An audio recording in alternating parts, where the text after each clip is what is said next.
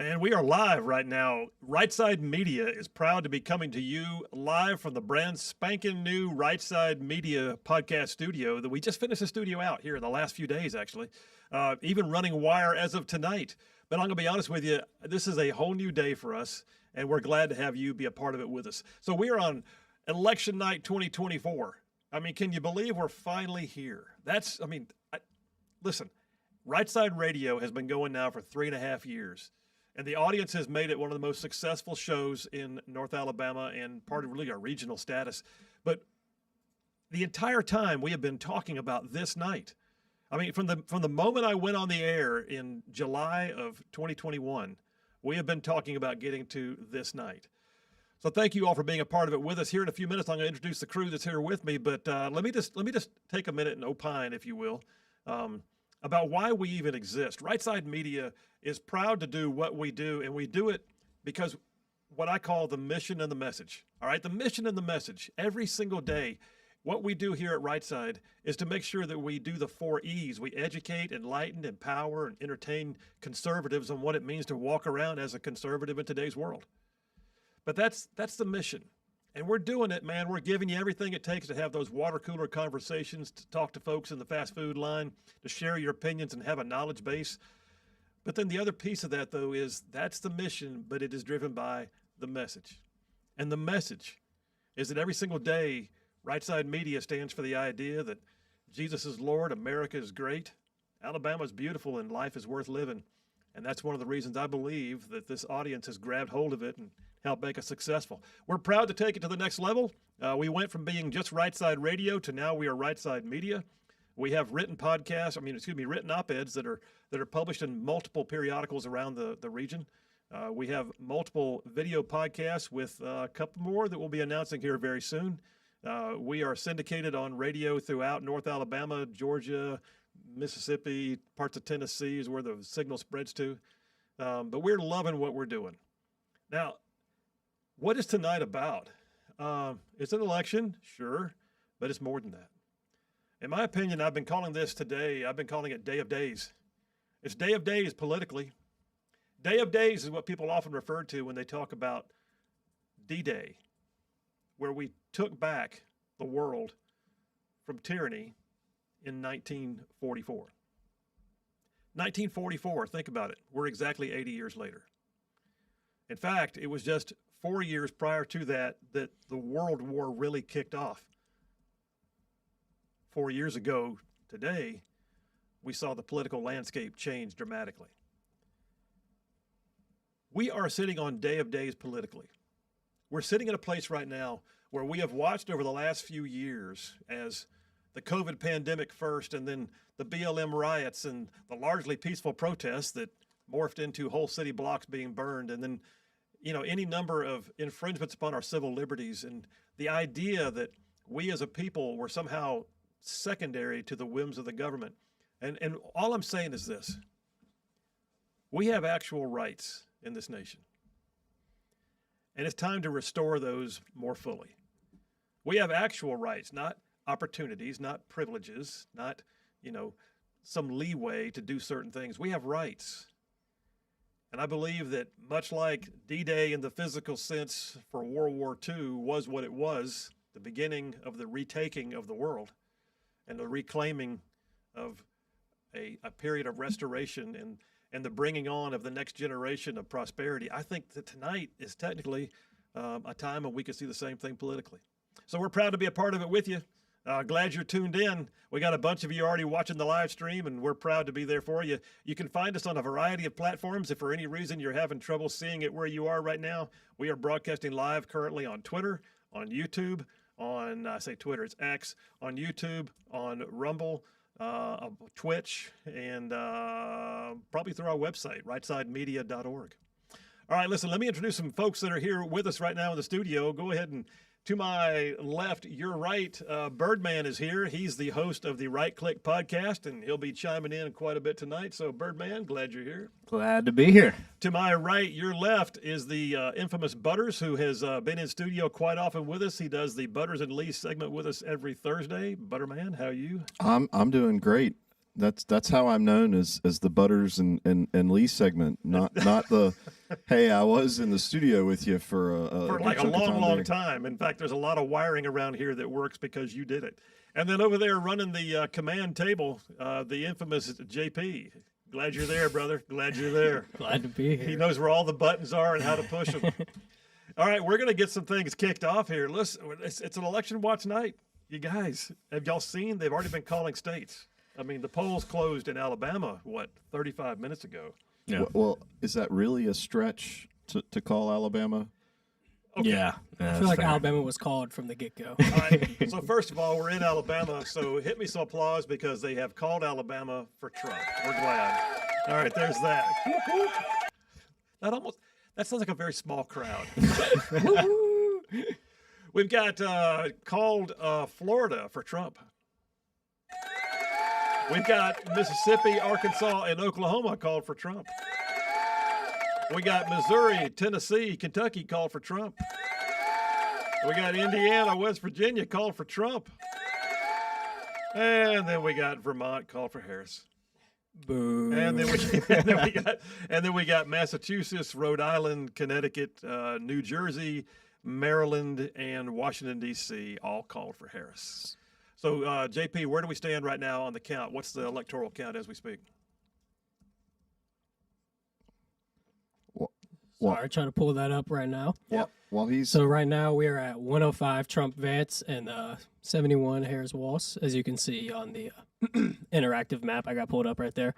This is the Real Clear Politics map that updates live as we go. So this is where we're at right now. All right. Well, listen, more to come. What you got, man? We got a question on John on YouTube saying, Phil, have you seen any of the results of the Carolyn Dobson race? We have not seen those yet, and I suspect that we'll be seeing them very soon. In fact, we have several guest callers coming in tonight, one of which is going to be Jeff Poor calling in from 1819 News here in about 7 or 8 minutes. And I suspect that we'll be able to get that because Jeff actually lives in that district, and so I'm pretty sure he's going to be watching it real close. Speaking of guests, just so you know, we have a schedule tonight. We got several key guests that are calling in. So, Jeff Poor, who is the editor-in-chief for 1819 News, he also works with Breitbart and does some amazing work of his own, hosts his own radio show down in Mobile. We also have at 8:05, we're looking at U.S. Senator Katie Britt calling in from D.C., At 8:20, Alabama Attorney General Steve Marshall calling in from our state capital in Montgomery.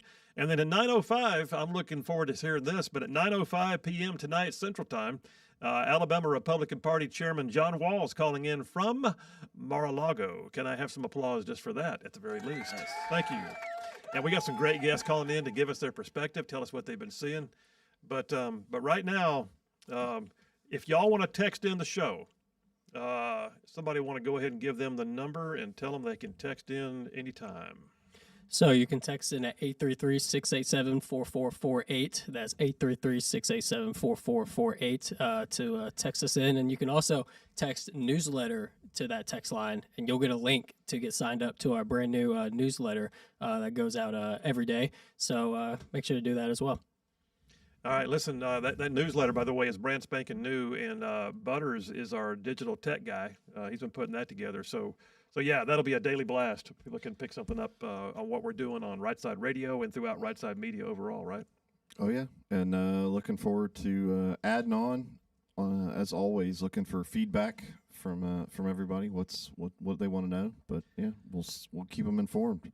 I've got folks already chiming in on the text line. David from Buc-ee's. We like to call him David from Buc-ee's. I actually went and tracked him down at Buc-ee's, and sure enough, we met in person a couple of times. But David from Buc-ee's up in the Athens area, he wanted me to make sure that I knew that a number of states are already being called for Trump. And yes, sir, we do know that, and we'll keep track. There's going to be more coming.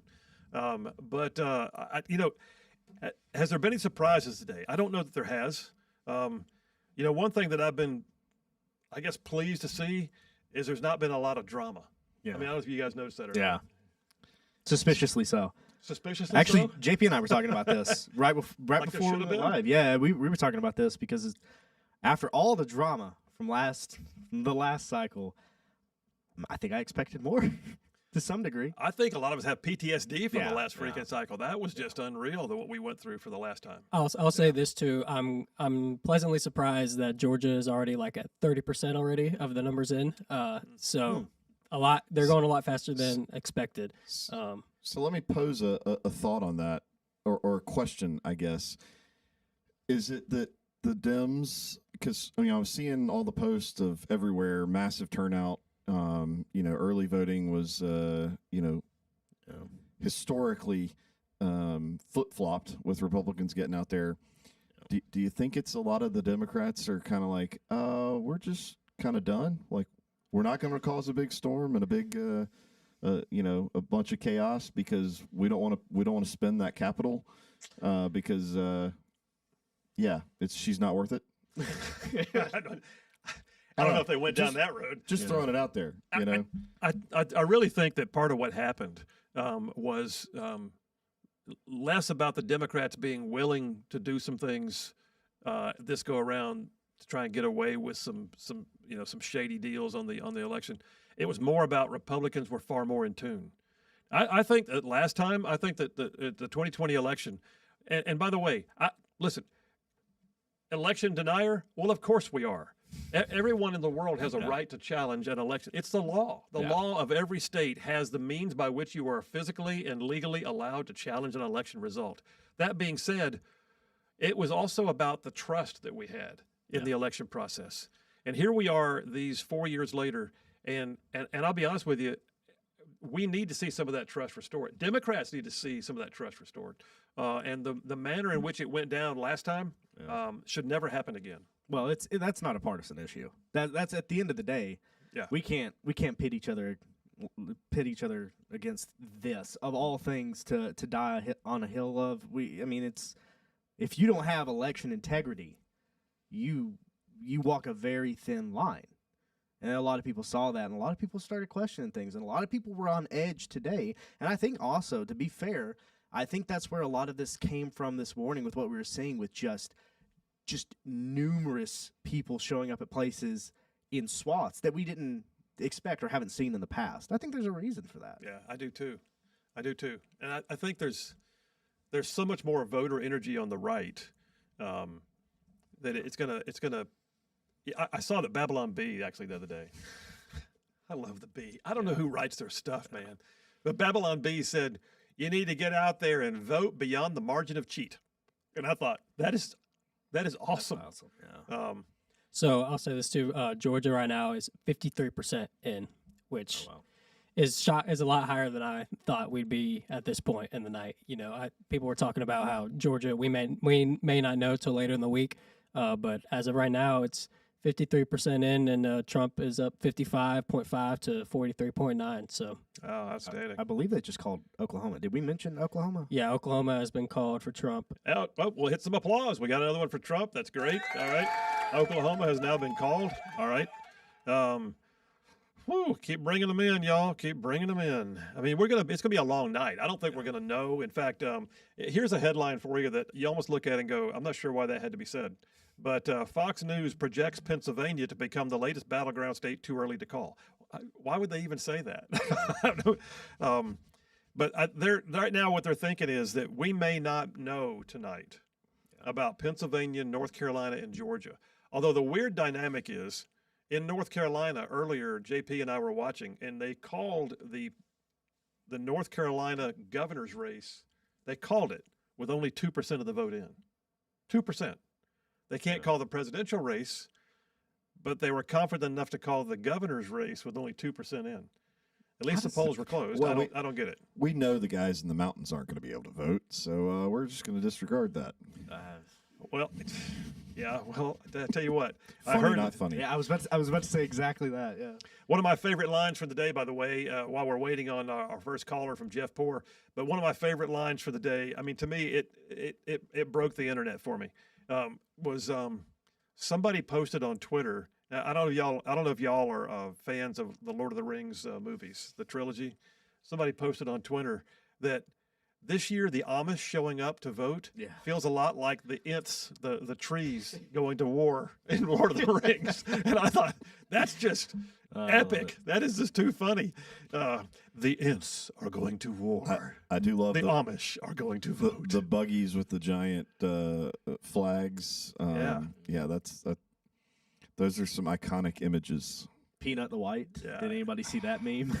Peanut the White. I did. I did. How can it be? I am Peanut the White. Well, listen, there's been a lot of things that have happened over this last, 4 years. It's been amazing to watch, and it's been political. It has been legal. It has been cultural. It has been economic. It has been our standing on the world stage with matters of foreign policy. It has been the question of whether or not we're going to see a world in which our kids and grandkids can grow up and have the same things that we had. And I'll be honest with you, I really do believe, and I say this in all sincerity, I really do believe America is going to be here tomorrow. And I don't say that like, oh, it's going to go away overnight. I didn't mean that. What I'm saying is this election is not going to break this country. It does not mean this country, though, will be the same as it's always been if we do not prevail in this election. And so I really feel like this is, like I said, day of days. This is a reclaiming. This is a initiating the restoration. This is getting us back to a place where we have the possibility of prosperity.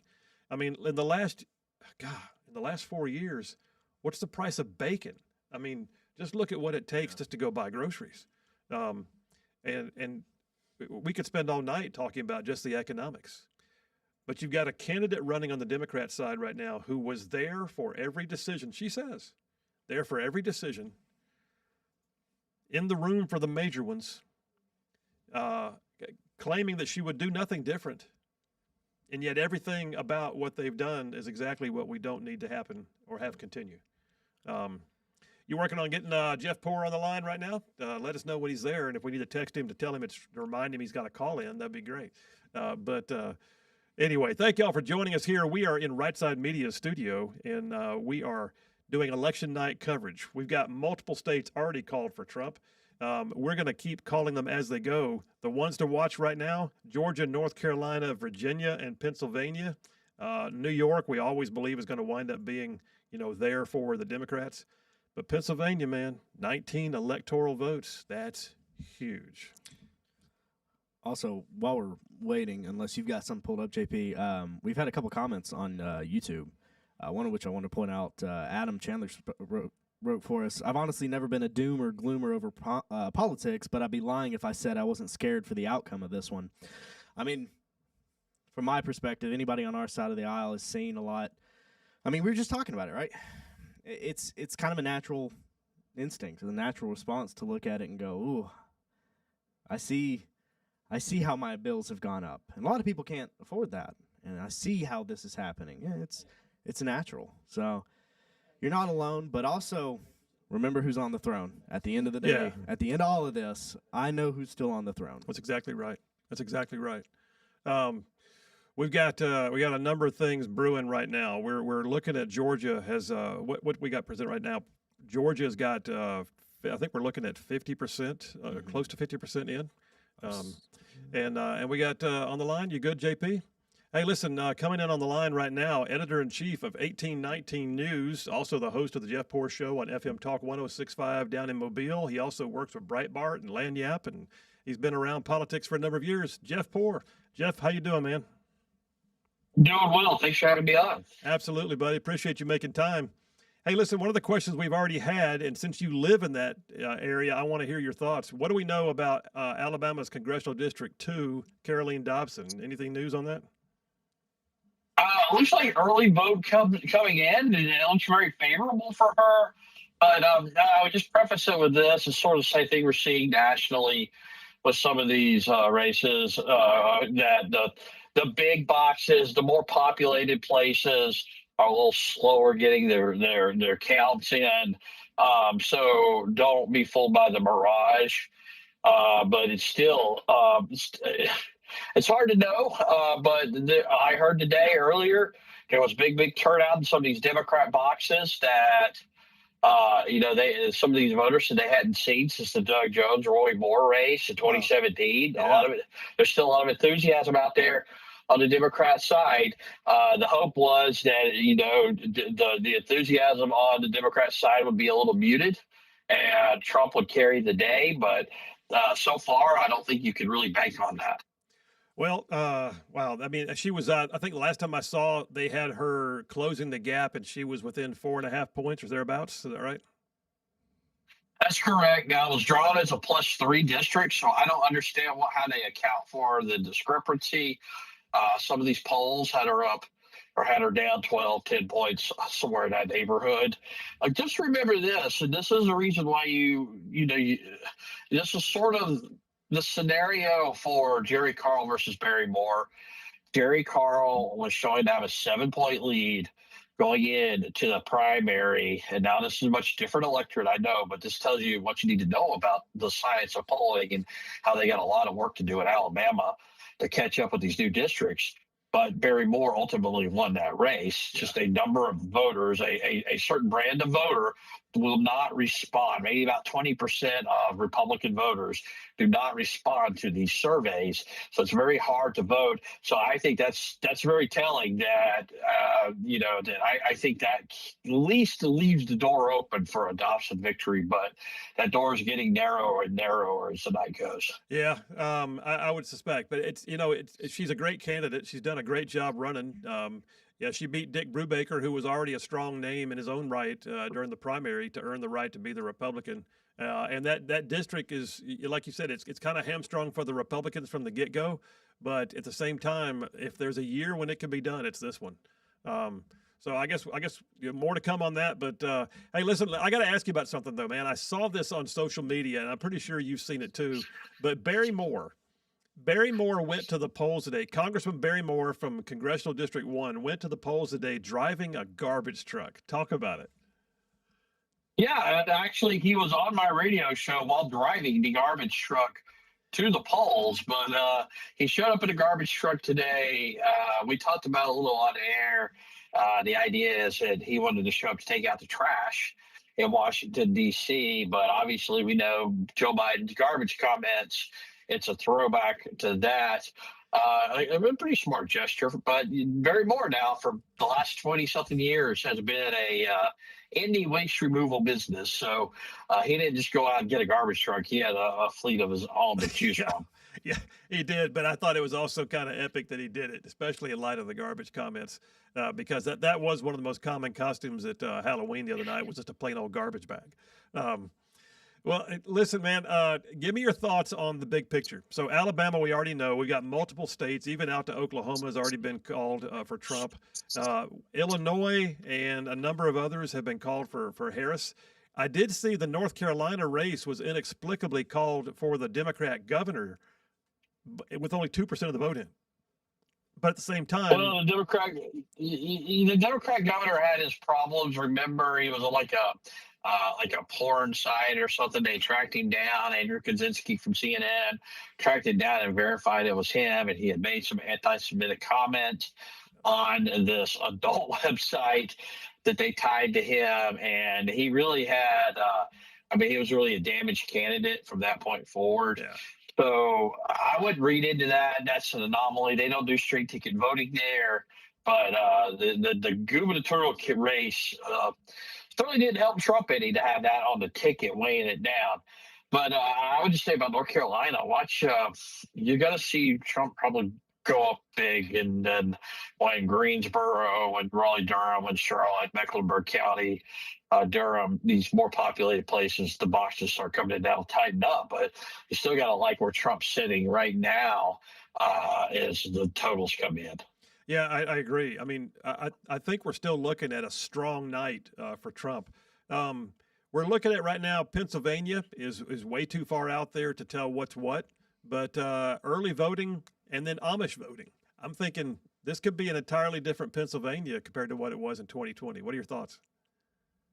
I agree with that. I think that they have a lot of work to do to get their voting processes fixed, but I think it trends back to the way it was in the cycle before.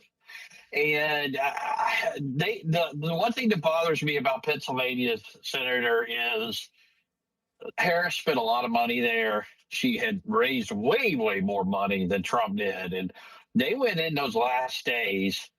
You look at yesterday, for example, Trump did like one appearance in that state. North Carolina, I think he also did. Wisconsin and Michigan. 4 stops for Kamala Harris yesterday in Pennsylvania. What does that tell you? That they were really playing hard for Pennsylvania. I think Pennsylvania could go for her, but look, I think on the other side, I think where Trump wins is Wisconsin. I don't think she spent nearly enough time there. All you need, if you get the Sunbelt states, and that's Nevada, that's Arizona, that's Georgia, North Carolina, you just need one of those blue wall states, and she has to draw straight. That's very, very difficult for her. It is, man. It's going to be a long night, but we look forward to it. Anyway, hey, Jeff, thanks so much for your time tonight, and I appreciate what you guys do at 1819 News, and we look forward to talking, hopefully, on Grand Council tomorrow, right? Absolutely. Thank you for having me on. All right, brother. We'll see you. All right, that was Jeff Poor, editor-in-chief of 1819 News. If you're not familiar, 1819 News and Right Side, we birthed out of the same organization. We all kind of came together and then began to build our own portions, our own silos of what we do. Right Side is a purely conservative content generator. 1819 News is a truth and reporting generator. They put out the news, and they've done a great job building what they have. Listen, we're going to be working. Our next guest coming on here in a few minutes is going to be U.S. Senator Katie Britt. But anybody have any thoughts about what you just heard from Jeff Poor? I've been sitting here thinking about the email newsletter and having folks chime in. So are you making a shameless plug right now? No. I wouldn't possibly suggest that we take advantage of all of our great listeners that are texting us, because the text lines have actually blown up. Oh, have they really? They sure have. So if they'll text newsletter, then they'll get an auto reply that'll give them a link, and they can go sign up for the new daily email that we're going to do. And if you're not on that text line and you're watching us on YouTube or whatever, head on over to rightsidemedia.org, and you can sign up right there on the homepage. And hey, I'll say this too. But that wasn't a shameless plug. Talking back to the Carolee Dobson race, that's a pretty big race. Coming out of our own state to have Republicans in the House, and that district was gerrymandered to. Let's just say it would be very hard for a Republican to win that race, just looking at the gerrymandering. Yeah. So the fact that Carolee Dobson was even, like the polls even gave her a chance is a big deal. So if Carolee Dobson can pull off that win, which, like Jeff said, it's looking pretty good for her so far, that would be a big win, and it would be coming from our state. So yeah, it was an uphill climb from day one, but this was definitely the year, and she appears to definitely be the potential candidate. So yay. Text lines are going, and by the way, to look at it right now, John from Minor just texted in the word newsletter, by the way. John from Minor just said a moment ago, he says, "Yo, guys," he said, "very excited about the show tonight. I was eligible to vote tonight for the first time since 2016. Your show has inspired me to work on getting my status back. Praise the Heavenly Father for what y'all do." John, we appreciate you, man, and thanks very much.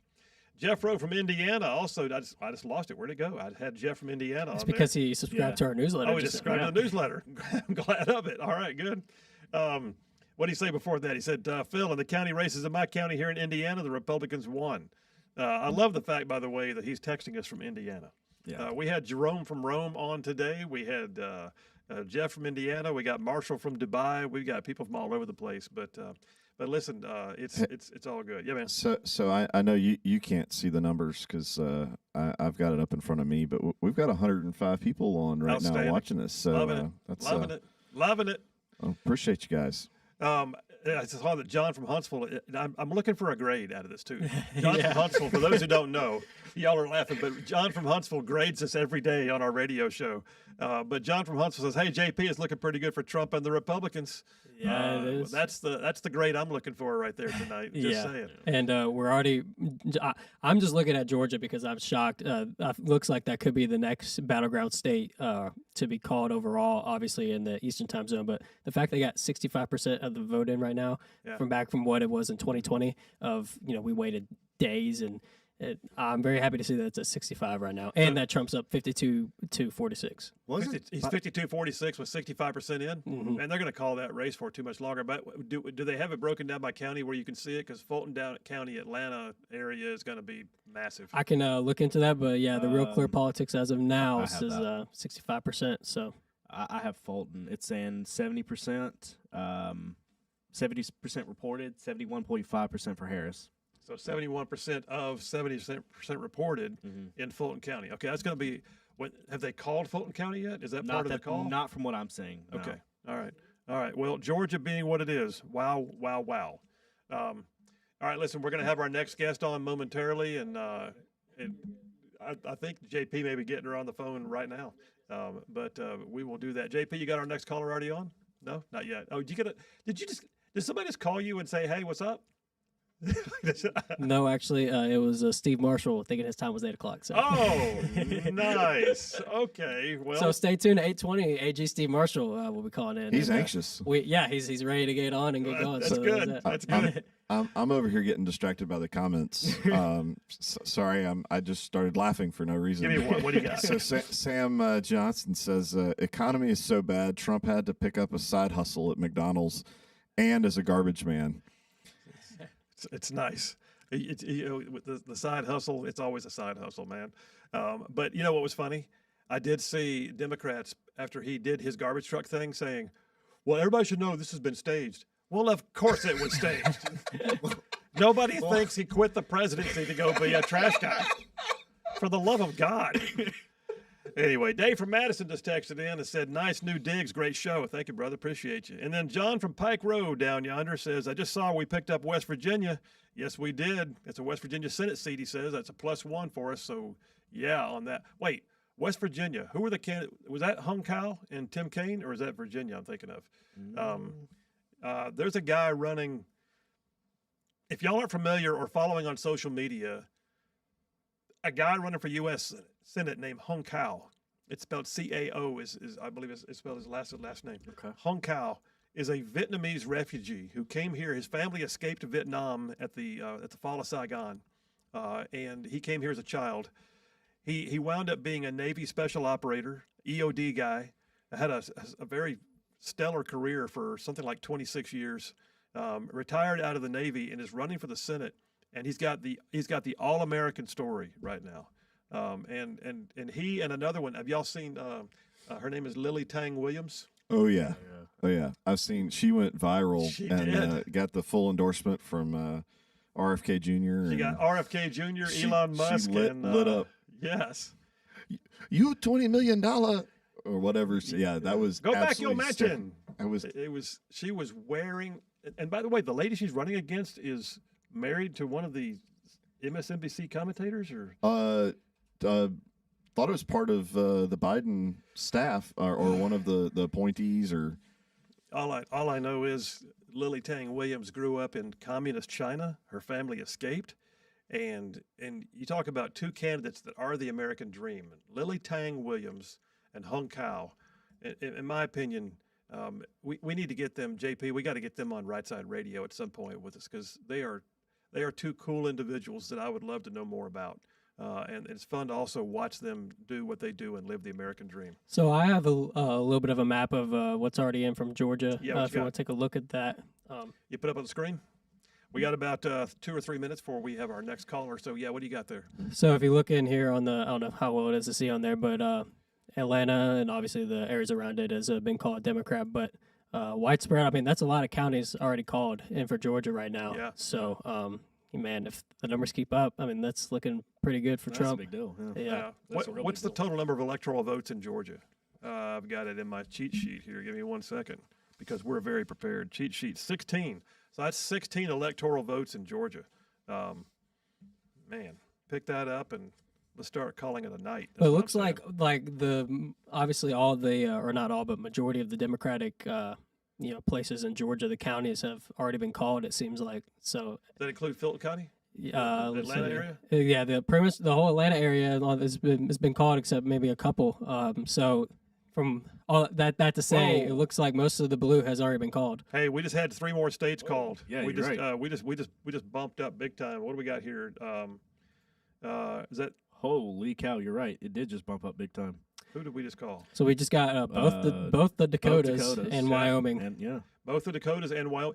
Do you mean to say the home state of Liz Cheney went red for Trump? Could it be? There is justice in the world, justice in politics. All right, so we're right now, and as soon as he gets back on, we'll get a quick round of applause for it. He's getting the phone call right now from our next guest, U.S. Senator Katie Britt, I believe. But listen, we just had 3 more states call for Trump. The electoral count is now 160 to 71. JP, hit me some applause real quick, man. Hit me some applause. Thank you. That was some tepid applause. You gotta find a new applause track. I think we gotta add to it. All right. Woo! Yeah, there you go. JP, you tell me when you've got our next guest on. Senator Katie Britt is on with us. Oh, thank you very much. All right, calling in from Washington, D.C. right now, the senator from the great state of Alabama, U.S. Senator Katie Britt, is on the line. Senator Britt, how you doing? I am doing wonderfully, Phil, and especially as we keep seeing these numbers come in. It's an exciting night, and I hope it's a big night for our country. Yeah, we just had, by the way, while you were calling in, 3 more states just dropped in for, oh my gosh, they just dropped in Texas. Wow, we just picked up, we're now at 168 on the electoral. And by the way, you just might want to know that the home state of Liz Cheney just voted Republican for Trump, just so you know, just saying. You know what? For some reason, that is not a surprise. Well, listen, you're in D.C. What's the mood like about where things are going in the Senate, and how do y'all feel about taking the majority? Absolutely. Well, listen, people are excited, and that's what we've been doing here today, doing some media, encouraging people to vote. And speaking of voting, I stood in the longest line I have stood in the great state of Alabama today to vote, because people were ready. They're ready for change. They're willing to come out and make sure their voice is heard. And that's what we're really seeing all across the country. So as I've talked to my colleagues in various states, the energy is up, the excitement is up. And, obviously, you saw us pull in West Virginia. I think we are going to have a big night as Republicans in the U.S. Senate, which means a big night for our country and truly a big night for the next generation.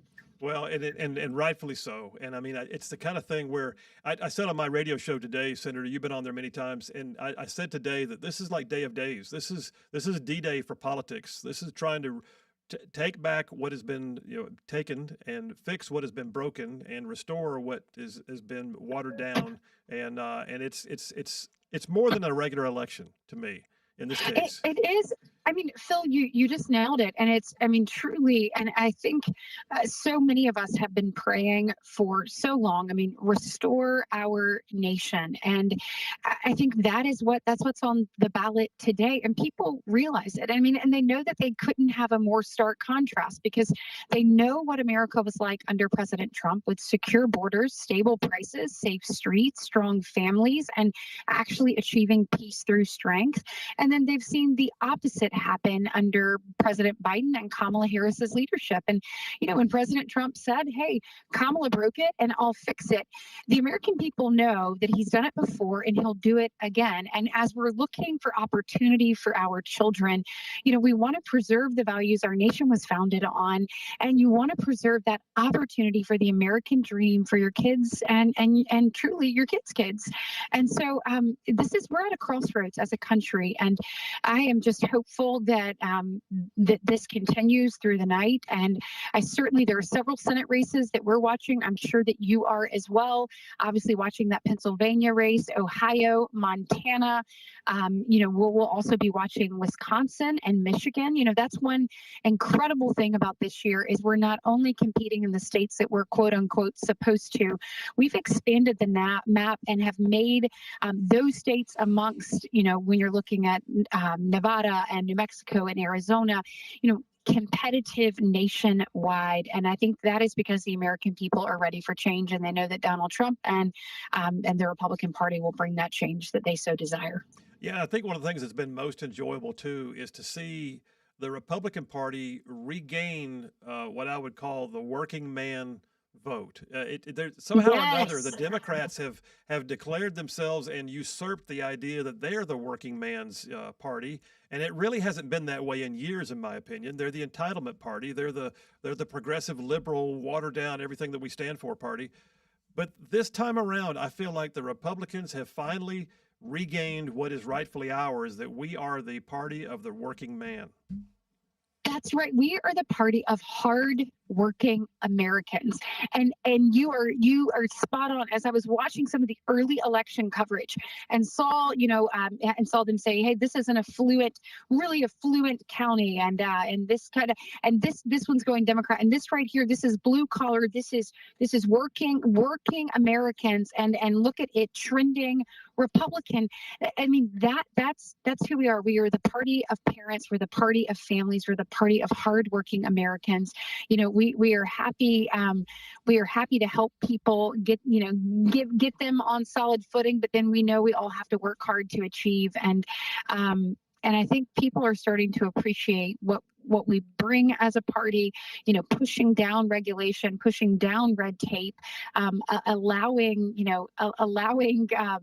the market to work as it should, and allowing people to earn and achieve, and not setting them backwards, but putting that priority of Americans first. And we've seen this administration, unfortunately, put hardworking Americans last time and time and time again. And I think people are just done. They've had enough. And I think it's an exciting night. And to your point, that realignment that I feel like that's always who we've been working for, and now to regain the trust of so many individuals across the country it's exciting, and we can do a lot with this, a lot of great for our nation, a lot of great things for our nation.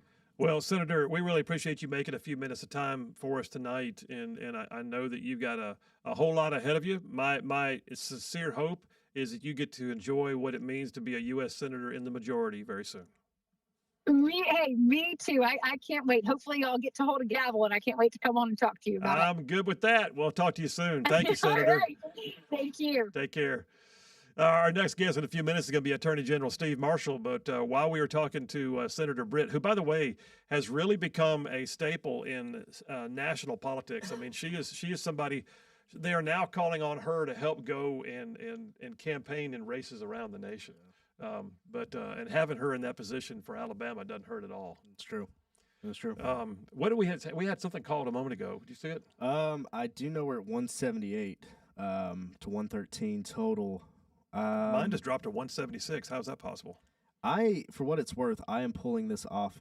I'm personally on the Fox News. So was Nebraska called when we were on last? I believe it was Nebraska. I think you're Nebraska's been called red. Yeah. Oh, really? Well, 270 to win has got Trump at 194. 194? But I think that 270 win may be is that an updated one? I don't know. I'm curious which one is the most live of the, which of one the is the live most feed. live? I will say mine on Fox has been updating faster than mine on Real Clear Politics. Yeah. So far. And I think Nebraska is one of the few states, by the way, that splits their electoral votes. And I think that's what's happened there. Yeah. I think we had Trump at 178, and then somebody recalculated, and they looked at, because Nebraska is a striped state. It can be red and blue. Let me make sure that I'm right on that when I say it. There are two states right now. Yeah, Maine and Nebraska. Maine and Nebraska are the only two that have split voting, and their electoral votes can go in two different directions. So we'll see what happens there. But I think Nebraska may have been called for Trump with a single or two singles of theirs to Harris. So I am curious, because we've got a few really sharp folks that pay attention to the show. Where are you guys getting your information? If you guys could write guys, that the in. audience guys. Yeah. You guys that are listening, what else have y'all? I mean, we're always looking for good sources, especially for this kind of stuff tonight. But I'm curious what other places y'all might be. So we're doing what, 270 to win.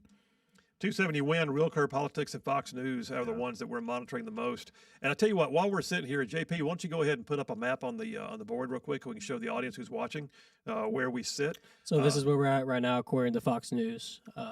Has it 178 to 113? 178, 113. You see the stripe of Nebraska? Yeah. That means there's a possibility that part of Nebraska could be going in a different direction. Mm-hmm. Which it likely will. Colorado was just called blue for go figure. They were they get high and go to the polls. New York has been called. Just saying. Or that's all the Californians that have take a tote, have cast taken a over. vote. That's what they do in Colorado. I don't remember if New York was called when we were. New York last was talking. just called. All right, so New York, it was called, and they have 28 electoral 28. votes in New York. Is that calculated into her 113 right now? Yes, it should be on there. And also, as you can see, the Maine is striped blue as well. So there's striped blue. some of it. Okay. Will, I believe the part that hasn't been counted will go Republican. If I remember correctly, they typically go Republican. So I think the small minority of that little district is normally Democrat. So I think the rest will be Republican for Maine. Okay. All right. Wow, they're coming in. Where are we at on Georgia? Do we have a percentage in on Georgia yet? Is it still 65%? According to Real Clear Politics, I believe it was. Let me go back and check. 69%, as in for Georgia right now. All right, 69. What's the numbers? 52.7 for Trump to 46.6 for Harris. Come on, Georgia, take your game back, man. I will say I decided to get a little spicy with it and see what CNN is doing. Oh my Lord, you went there. Have they called Harris?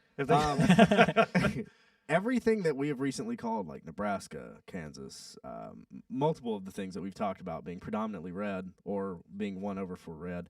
It's not on CNN. They did call New York, though. They did? So that's good. So they got a blue one in. Yeah. All the stuff that we discussed, like Nebraska, it's all blue. Did they call Colorado? Blue, yeah. Okay. Yeah. They have it 30 to 154, though. So they have it what? 30 to 154. Yeah, I can't even make this up. So CNN. I think they're also in Colorado taking the same hits. I think that pretty much, take a tote, cast a vote. That's what they do in Colorado. And that's where CNN is right now. What you got? They have different shades of blue. So they're trying to leave more room for. Well, there's pretty light blue, and then there's dark blue. Yes, I see it. All right, listen, we got plenty more to go, and in a minute we're going to have the Attorney General Steve Marshall calling in. And by the way, just to give you a little background, for those of y'all that don't know him, he's on the show. He's been in studio most recently on Right Side Radio, and Attorney General Steve Marshall has been instrumental in assisting with the election of Republicans attorney generals around the nation. And because he is very heavily involved and a former past president or chairman of the Republican Attorneys General Association of the United States. He's also an attorney general who he knows and believes that his role is not just to fight for the lawsuits that result in our state and to prosecute the crimes that arise in our state. He goes after things that impact our state from outside our state. And he spends a lot of time, what I would say, is defending the interests of the state in other places. Sometimes it's progressive culture creeping our way, and he's filing briefs in other cases that don't have Alabama in it per se, but he's making sure they know that you ain't coming here, and here's why.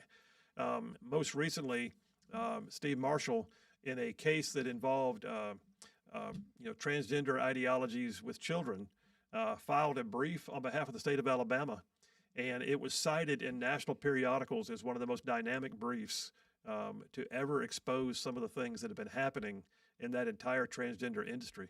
So, good on him. We look forward to having him on the show here momentarily. So Ohio has just declared Trump. Yep, we're at Ohio to just declared Trump. Give me some applause on that. Make it real applause, like applause that means something. This. You can make them louder.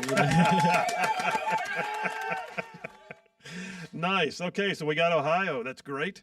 What you got, Phil? If our technical challenges that our applause isn't quite spot on enough for our first live stream, I think if that's the only technical issue that we've got in this, I think we should call that a win. I can live with it.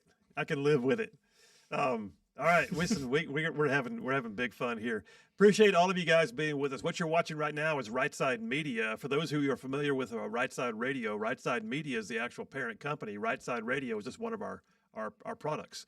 So Right Side Media You can find out more about us if you're not already watching us through our website. I'd encourage you to check out our website. It's rightsidemedia.org, rightsidemedia.org. All the op-eds that we write that get published in newspapers all over the state, all of the social media links you can find to see where we are on the various platforms like Instagram and X and Facebook and all of it. And you can also, oh, by the way, catch any number of things that we have. You've got an unknown caller coming in. Whoops. I'm pretty sure that's going to be the AG. He's not unknown to us. But all these things are available to you on rightsidemedia.org. One more thing I want to point out, too, is if you want to text into what we're doing right now, you can text in 833-687-4448. That's 833-68-RIGHT is the actual number. And you just, if you want to start getting a daily email blast from us about all the things we've got going on, all you got to do is text 833-687-4448, the word newsletter, and you'll start getting signed up for a daily email blast. All right, coming on the line with us right now is Alabama's Attorney General Steve Marshall, calling in from the Montgomery region, I believe, and he is the man who is most recently in our studio, who's been defending the interests of the state quite ably for a number of years, and we're proud to have him with us tonight. Attorney General Marshall, how are you doing? I am doing good. Phil, the only way I know to describe tonight, and you'll appreciate this, is how once you've given that closing argument to the jury and you're just waiting for the result, it's the most helpless feeling in the world, but you anticipate it just in the same way. Listen, I've been there a few times, and you are right. You're sitting there just hoping that you said, did, approved something correctly, that you didn't embarrass your client in front of the jury, and that it's actually going to come together. But you're right. We sit and we wait, my friend. We do, and look, at least at the national level, the trend seems to be going in the right direction. I know it's still early, and so uniquely for me, I'm closely watching two AG races, one in Pennsylvania and one in North Carolina, in which we're trying to flip to the Republicans. I have the privilege of serving as chair of the Republican AGs Association, recruited these two candidates to fight those two races, and done an outstanding job. And we have an opportunity to bring one or two to our ranks, which I think will be a good thing. Well, we actually had somebody call into our show yesterday, a guy named Matt Briette in Pennsylvania, who I've known for a few years. Matt's you know Matt? Yeah, well, Matt was bragging on you. Matt has been somebody who's done a lot to change the political landscape in the state of Pennsylvania, but he cited you as being key to that attorney general race. Oh, he's a huge supporter in Pennsylvania, sort of saw the vision for what could take place, not just for President Trump, but also in down ballot races. And look, we've learned the importance of having a solid AG in other states, particularly in a presidential election year, when we have to have people that are willing to stand up for election integrity. And if we can flip both Pennsylvania and North Carolina, it's going to be a really good day. I would agree with that. And Georgia to our east is we're watching that right now. We're somewhere around almost 70% of the vote is in. Trump is still currently leading somewhere around 52-48 last I saw it. But Georgia is trending in the right direction. We look forward to seeing how that closes out. Yeah, and I talked to the AG over there this afternoon just to see kind of what the lay of the land was. And, it's interesting to see the influx of voters in Georgia that were not there in 2020. And I think everybody was very curious to see how they would ultimately move. And the good thing is it seems to be they're moving in the right direction. Well, let me ask you, too.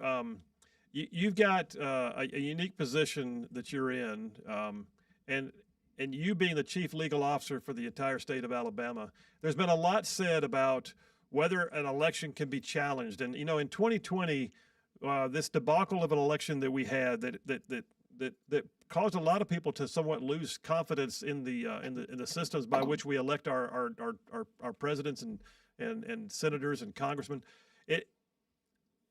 We were actually called election deniers if you dared to question, and yet every state does have laws that allow for a legal challenge to an election. Am I correct? They do. And Phil, I tell you, I think the lesson learned from 2020 is that we did not have capacity to be proactive before the election. And it's very difficult after the fact to be able to challenge it. And we've seen that difference where, look, just the recent Supreme Court decision in Georgia, where they said, no, we're not going to allow you to count these ballots that we feel like violate Georgia law. And last time we're fighting it after the fact as opposed to before. And I give the Republican Party, I give the National Republican Lawyers Association a great deal of credit for dispatching lawyers all over the country, fighting fights in Arizona, in Pennsylvania, and in Georgia that I think are going to matter when the final tally comes about. Yeah, I would agree with that. Hey, listen, from your perch at the AG's office, have you seen any issues with electioneering or anything happening in Alabama today that we should be concerned about? Yeah, so far it's been fairly quiet. Of course, I think everybody's heard about the ballots in St. Clair County, Right. and obviously there's more to learn about that. But we had a designated line today to be able to take in calls, and frankly, it was very quiet. I think that's a good thing. Now, the Secretary of State would be the one that would get the majority of them, but right now, it seems to have been a quiet day in Alabama, and that's a good thing. And what's interesting too is I remarked on my radio show earlier that it's actually been somewhat quiet nationwide. I mean, there's always going to be the gaffes, always going to be a machine that goes down, always going to be somebody who says they were turned away at the polls. But those appear to be one-offs. I have not seen or heard at this point of systemic difficulties. Have you? No, I haven't, and I think the proof's in the pudding now. When polls are closing, are we going to see the timely reporting of results? I can tell you, Georgia made some massive changes to their law after the debacle of 2020. That we're going to see the fruits of that tonight, because I think we're going to see a majority of Georgia be able to report when we all remember those videos from Fulton County and the concerns that took place with that election. But I'm very interested to see how quickly Nevada reports, how quickly Arizona reports, and most particularly how quickly Pennsylvania is going to report.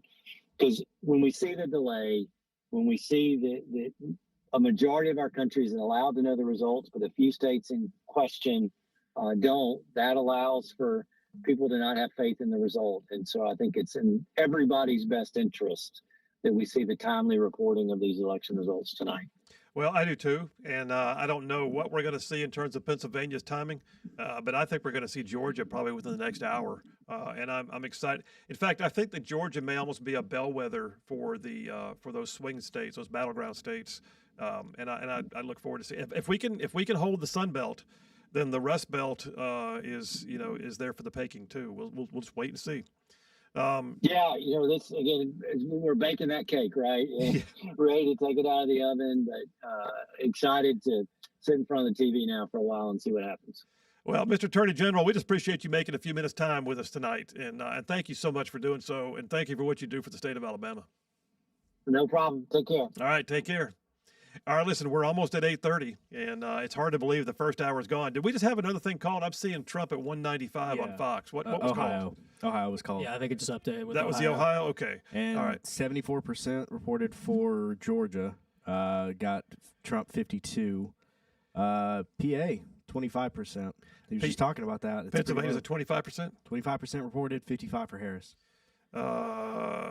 So 25% in, 55% for Harris. Okay, So gotcha. All right. What are we seeing on Georgia? Go ahead. Well, I was just going to pull up the map for District 2 right now. I think we Caroline Dobson, Alabama? Yes. I think we currently have 3% in, and she is up 57 to 42. What? So, really? That is we've only got 3 counties called in right now, but I think her being up that early is a good sign. So yeah, I'm trying to see. That's south of Montgomery, right there. Mm-hmm. Okay.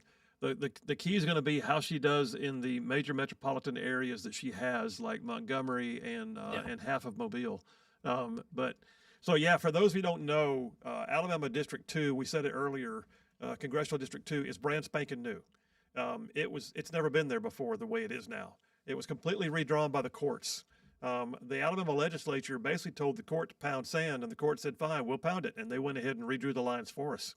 And we're stuck with it. The interesting dynamic is that matter is still currently on appeal, and we may well wind up having the old congressional district back, depending upon how the appeal goes. Oh, geez. Anyway. Can I just say that district is massive? Oh, land-wise, it is huge. Geographically, it is monstrous. Absolutely is. And it was hand-drawn for an Obama pick, right? Yeah.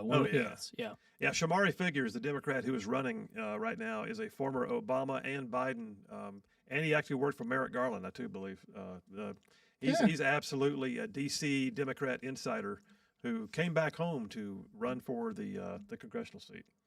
His mom is State Senator Vivian Figures, who I served with in the Alabama State Senate.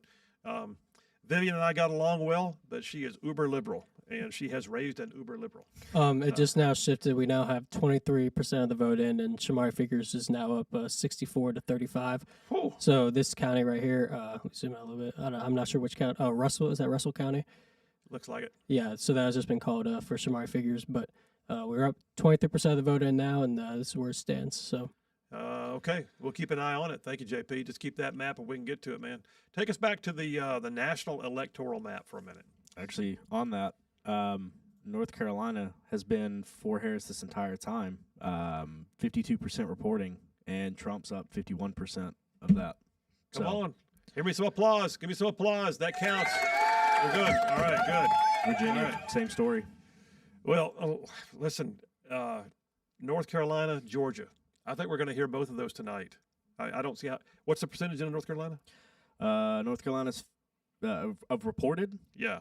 50, right at 52.5% reported. So we got 52.5% out of North Carolina so far. We got what, almost 70% of Georgia. Am I right? 75. 75%. 52% of that is Trump. I feel like Georgia's going to be called soonish, I would hope. Yeah, I would think so. Yeah. At this point, I mean, with his lead, yeah. That would be a big one. That would be the first battleground state called. At that point, we're all Bulldog fans. I'm- Every one of us. I'm curious. That's a lot of content. Sorry. Hold Sorry. on a minute. Calm Well, down. let's Phil, not calm get down. too this year, far. so you know what? Sure. All Can, right. can we dig into the areas that have been, or any of the information in North Carolina? I'm just kind of curious on like what's being reported from Western North Carolina, if we've got any of that Yeah, info. while he's looking Actually, for that, I do have some of that. You got some of yeah, that, Ron? I Go do ahead. have some of that. So there's two counties in far west, Haywood and Buncombe. Bunkum. Okay. So I got the map pulled up here, by the way. Yeah. Ah. So that's basically what I'm looking at. I mean, you can see those two. And then I don't know what's in the top left there. I know that area got hit pretty heavily too. It did. Yep. What is not reported right there? Burke, 0% in, and then Gaston, 0% in. All the places that got hit really heavily are all 68, 75, 54 is the lowest I'm seeing. All right. All right. So now Buncombe County usually goes Democrat. Am I right? I think that is. That's Asheville? that's Asheville, Yeah. I think. I think it is. Oh, well, there you go. That Yeah. makes sense. Well, there you go. I mean, call it Bring what it it is, Asheville, man. all It is what right. it is. So what's the total percentage we have in right there? That looks like almost the whole state. What are we looking at? So is it 55% is in right now? Okay, 55. Must have a major population center still to come in or something. Yeah. Is Charlotte Meck in yet? Looks that way. I'm not very up on where the Charlotte is About in the North center, Carolina. probably where the blue and the red kind of come together there in the middle. Okay. All right. More to come in North Carolina. Real quick, I'm going to switch over to the text lines. Wendell from Baton Rouge says, Wendell from Louisiana is watching in. Good, looking good. Go Trump. Thank you, Wendell. I love having folks from Baton Rouge on the line with us. Louis from Arab, Alabama, just texted in. Says, I know we're all praying for a Trump victory, but my Sunday school teacher brought up a good point. Said our prayer should be whatever it takes to bring more souls to the kingdom of Jesus Christ. Go Trump.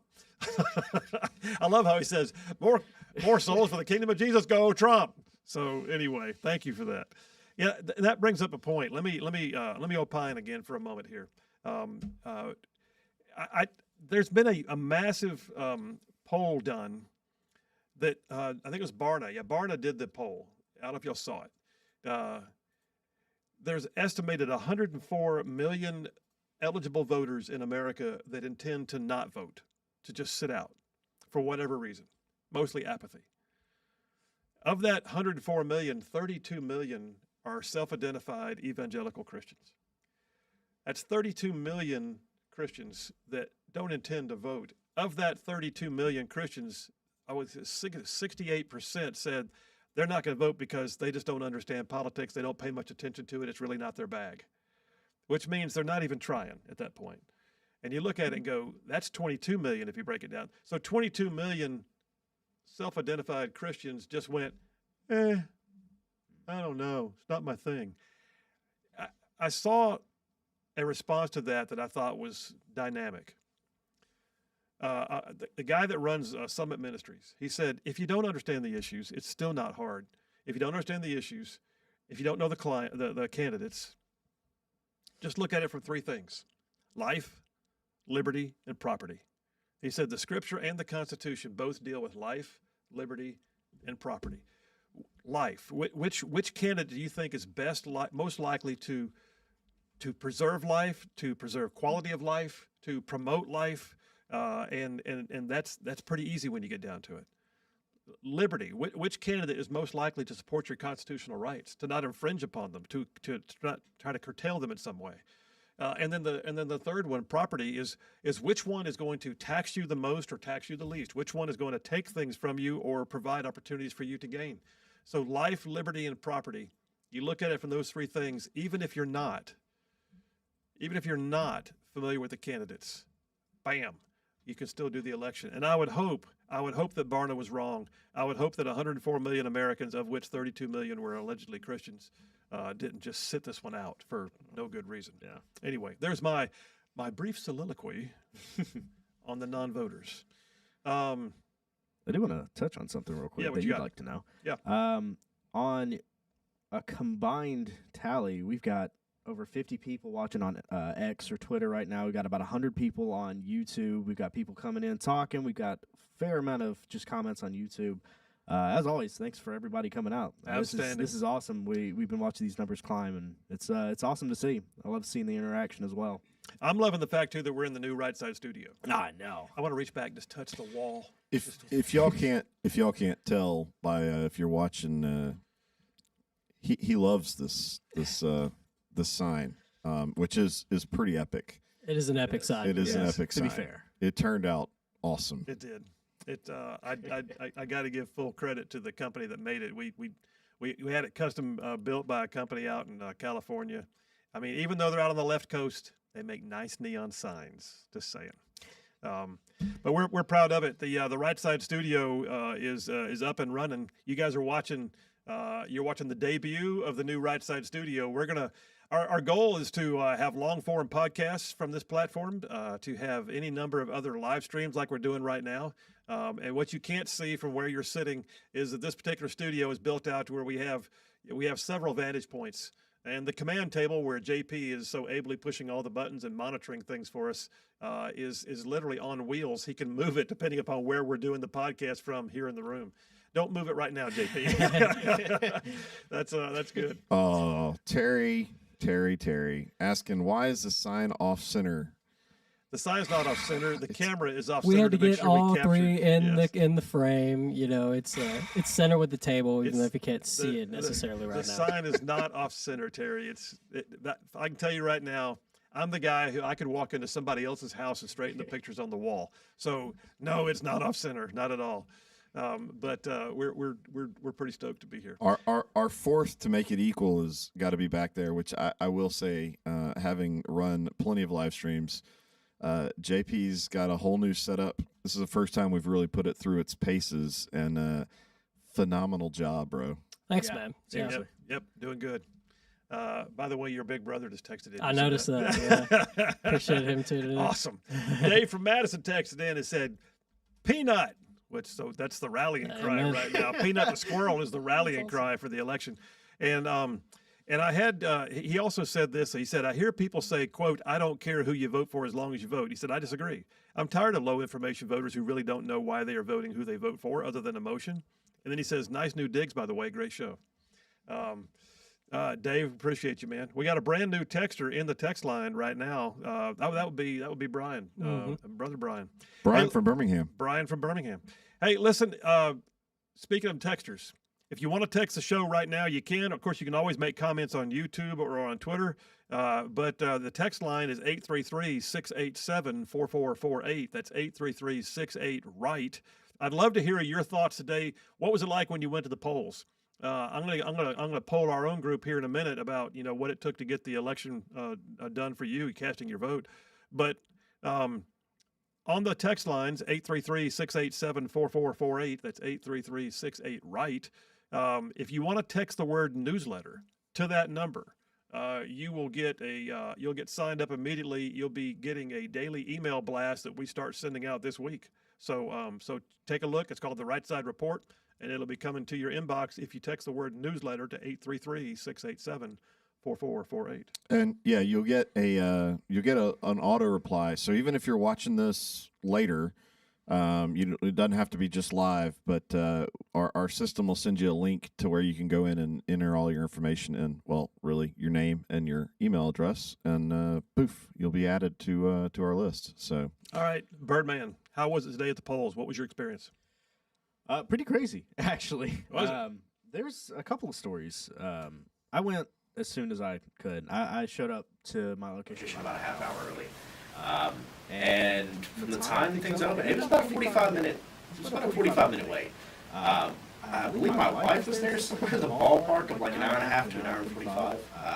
Which You waited an hour and 45 minutes. she'll tell me if I'm off base, and I think I'm pretty close if I recall correctly. It was right at that hour 45 mark, I believe. I know my mom. Place I used to go at when I was living back there. She was there over an hour, I think, somewhere in that ballpark. She said the machine went down, and she said, "I love good old mama." She waited. A lot of people. That was one thing we were saying. A lot of people were saying, "It was like, listen, if something goes awry, wait, Don't wait. stay, do your civic duty." And yeah, I mean, it was a couple of weird stories. I'm a little surprised. But pretty good crowds. Really good crowds. I mean, when I got there, And you vote in Madison, Alabama. correct.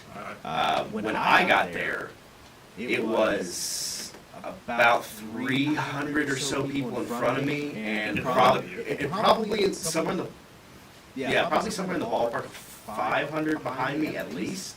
My wife was telling me by the end of it, it was wrapped around the building. I mean, a buddy of mine was there, and he waited on me because he thought that I was blocked in because there was nowhere to park. So, I don't know. Epic. Butterman, you voted in the South Side, right? So I'm still in Rainbow City. In Rainbow City. Yeah. For my registration, went over there to the community center, wrapped the library, wrapped around. I saw a picture of it. Yeah, outside. It was pretty. I got there right at about 6:55, queued up, thinking, could be in for something. They actually. Other than the poll worker, very nice gentleman, but kept yelling L through H, L through H. Yeah, and they've got it divided up with the signs with the well, L through H is obviously not one of the options. It's L through R, but everybody's just we're just entertained by L through H, and everybody's just kind of looking at each other and just kind of doing their own thing. But it took me a little over an hour, but no, it was pretty uneventful. The lovely Charlene and I went to our polling, and we voted a volunteer fire department in a county box, and it's not a huge box, but it had a huge day. We got there at about 6:40 this morning, so we 6:45. Time we got there, I would bet there were 30 or 40 people standing in front of us, and before they even opened the doors, I bet we had twice that many standing behind us. And so, but everything, I don't know about y'all, but my experience was, and what I kept hearing from other people were two things, three things really. Long lines, number one, long lines everywhere people went, but yet it moved pretty smoothly. Every time I heard something, it was always like, well, I had a long line. I was kind of worried, but it just kind of kept moving. And even though an hour and 45 minutes is a long time, but it was a steady move though. It was a steady move. But then the one that I also remarked on with several people today was the mood was always positive. Like people were kind of like shaking hands, laughing, hugging necks, and I don't know about y'all's experience, but that was definitely mine, and it was several other people who called into the radio show today. So I think there's a mood of optimism. It's almost like a mood of relief. Like people are so glad that we're finally here at the point where we can vote on this stuff, and that's been a relief. Yeah. I will say we just got a a couple of YouTube comments, and for those pointing out the audio, we figured that out. Thank you. Yeah. A lot of it's still beta test. So yeah, we're figuring it out. it's just part of it. Was audio not getting through to some people? No, or that mic angle was had- echoey. So yeah, it's fine. We got to figure it out. Cooper commented that it took an hour and a half in South Huntsville to vote. Now, I know who this is, and I know where he's voting. I know exactly where he's voting. That's crazy. I mean, that is about 15 times what it's ever been before. Listen, there were lines in some states where it was just way out there. What you got? You mentioned Lily Tang. Williams. She posted, this was 9 hours ago, so the beginning of the day, and it's just New Hampshire just wrapped around.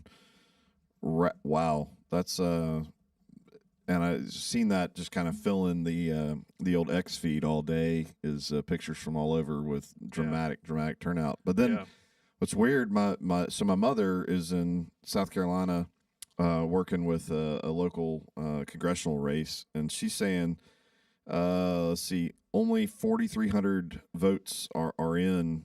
She went to a couple of polls, so she's actually going and taking pictures of the results that are posted out, and she's been keeping an eye, and she said really low turnout. And we were talking, is it because there's a lot of Democrats in the area? Is it the Dems that aren't showing up? On the Dem side. And and then the other thing is versus a lot of people that early voted.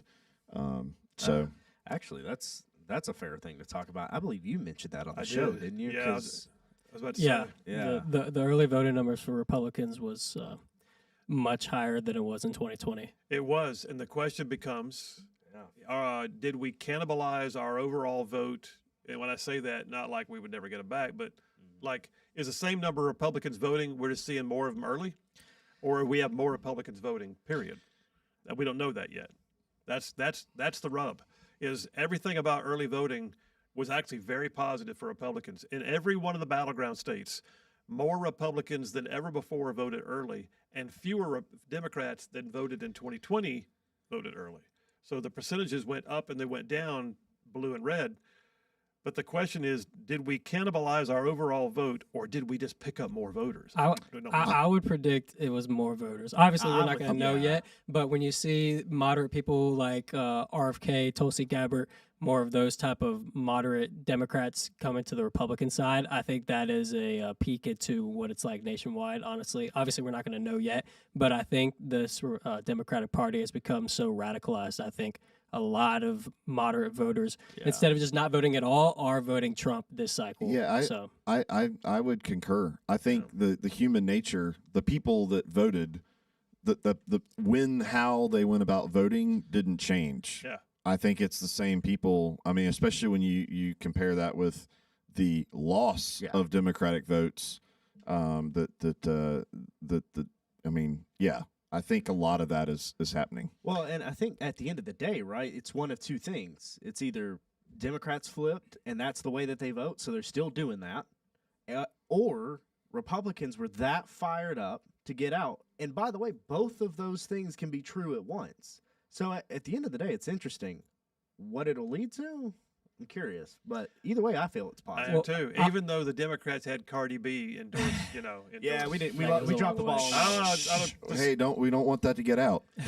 Well, I think too. I think the messaging with Republicans, in 2020, they were very skeptical of early voting and were telling Republican voters not to vote early. Yeah. Well, I think the change in strategy now of vote early, embrace it. Yes, I think that was a big. I think that was a big upgrade for Republicans to do that. I think it absolutely was. And the question was today, like states like Alabama that do not do early voting.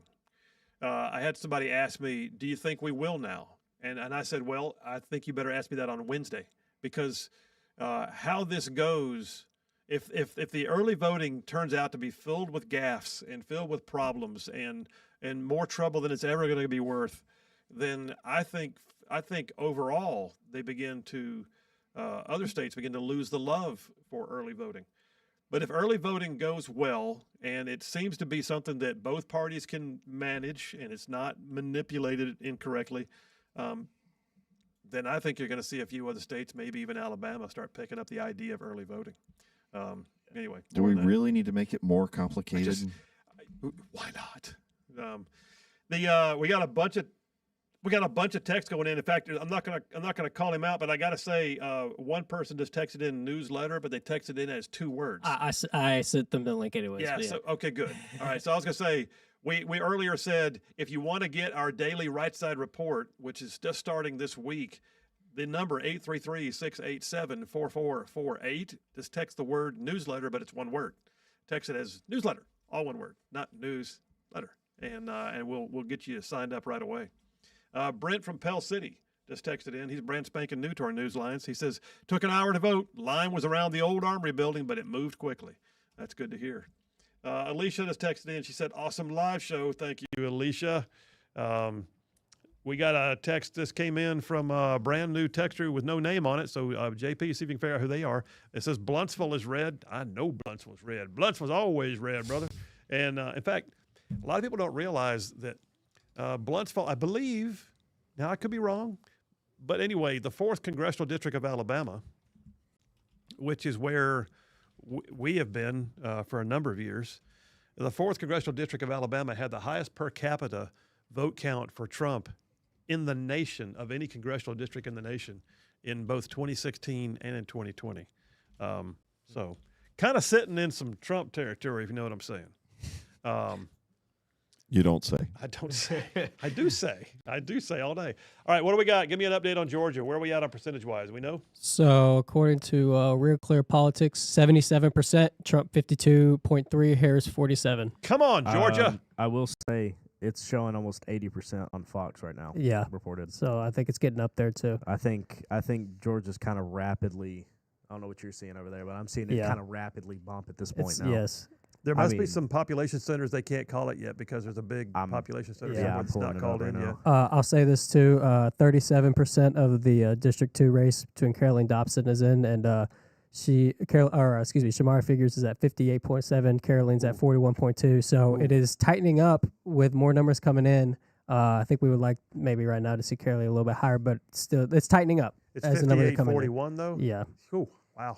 That's a spread, bro. Yeah. That's an 18-point spread. All right. Let's see here. Go back to my text lines. Anita from Hatton, Alabama says, love the live stream. Great job, USA, from Hatton, Alabama. Anita, thank you. We appreciate that. We're glad you're here. Adam from Athens says, good thing about living in a small town, it took me 20 minutes to get there and vote and get back home. Nice. Yeah. By the way, I don't know if y'all are familiar with this, but oh gosh, what was the name of the notch in? Oh gosh, now I got to find it. What was the name of it? Dixon Notch? Dixville Notch. Dixville Notch. Hang on a second. Now I got to look it up. I don't want to try and say this and be wrong. Yeah, I know you guys. I know you guys are curious. Give me 1 second. I'm going to tell you all about it. It's Dixville Notch. Dixville Notch. Thank you so much. So Dixville Notch, which is a town in New Hampshire, am I correct? Yes. Dixville Notch, voted at midnight. Already got the results in. They got the results in by midnight plus 10 minutes because Dixville Notch has 6 people.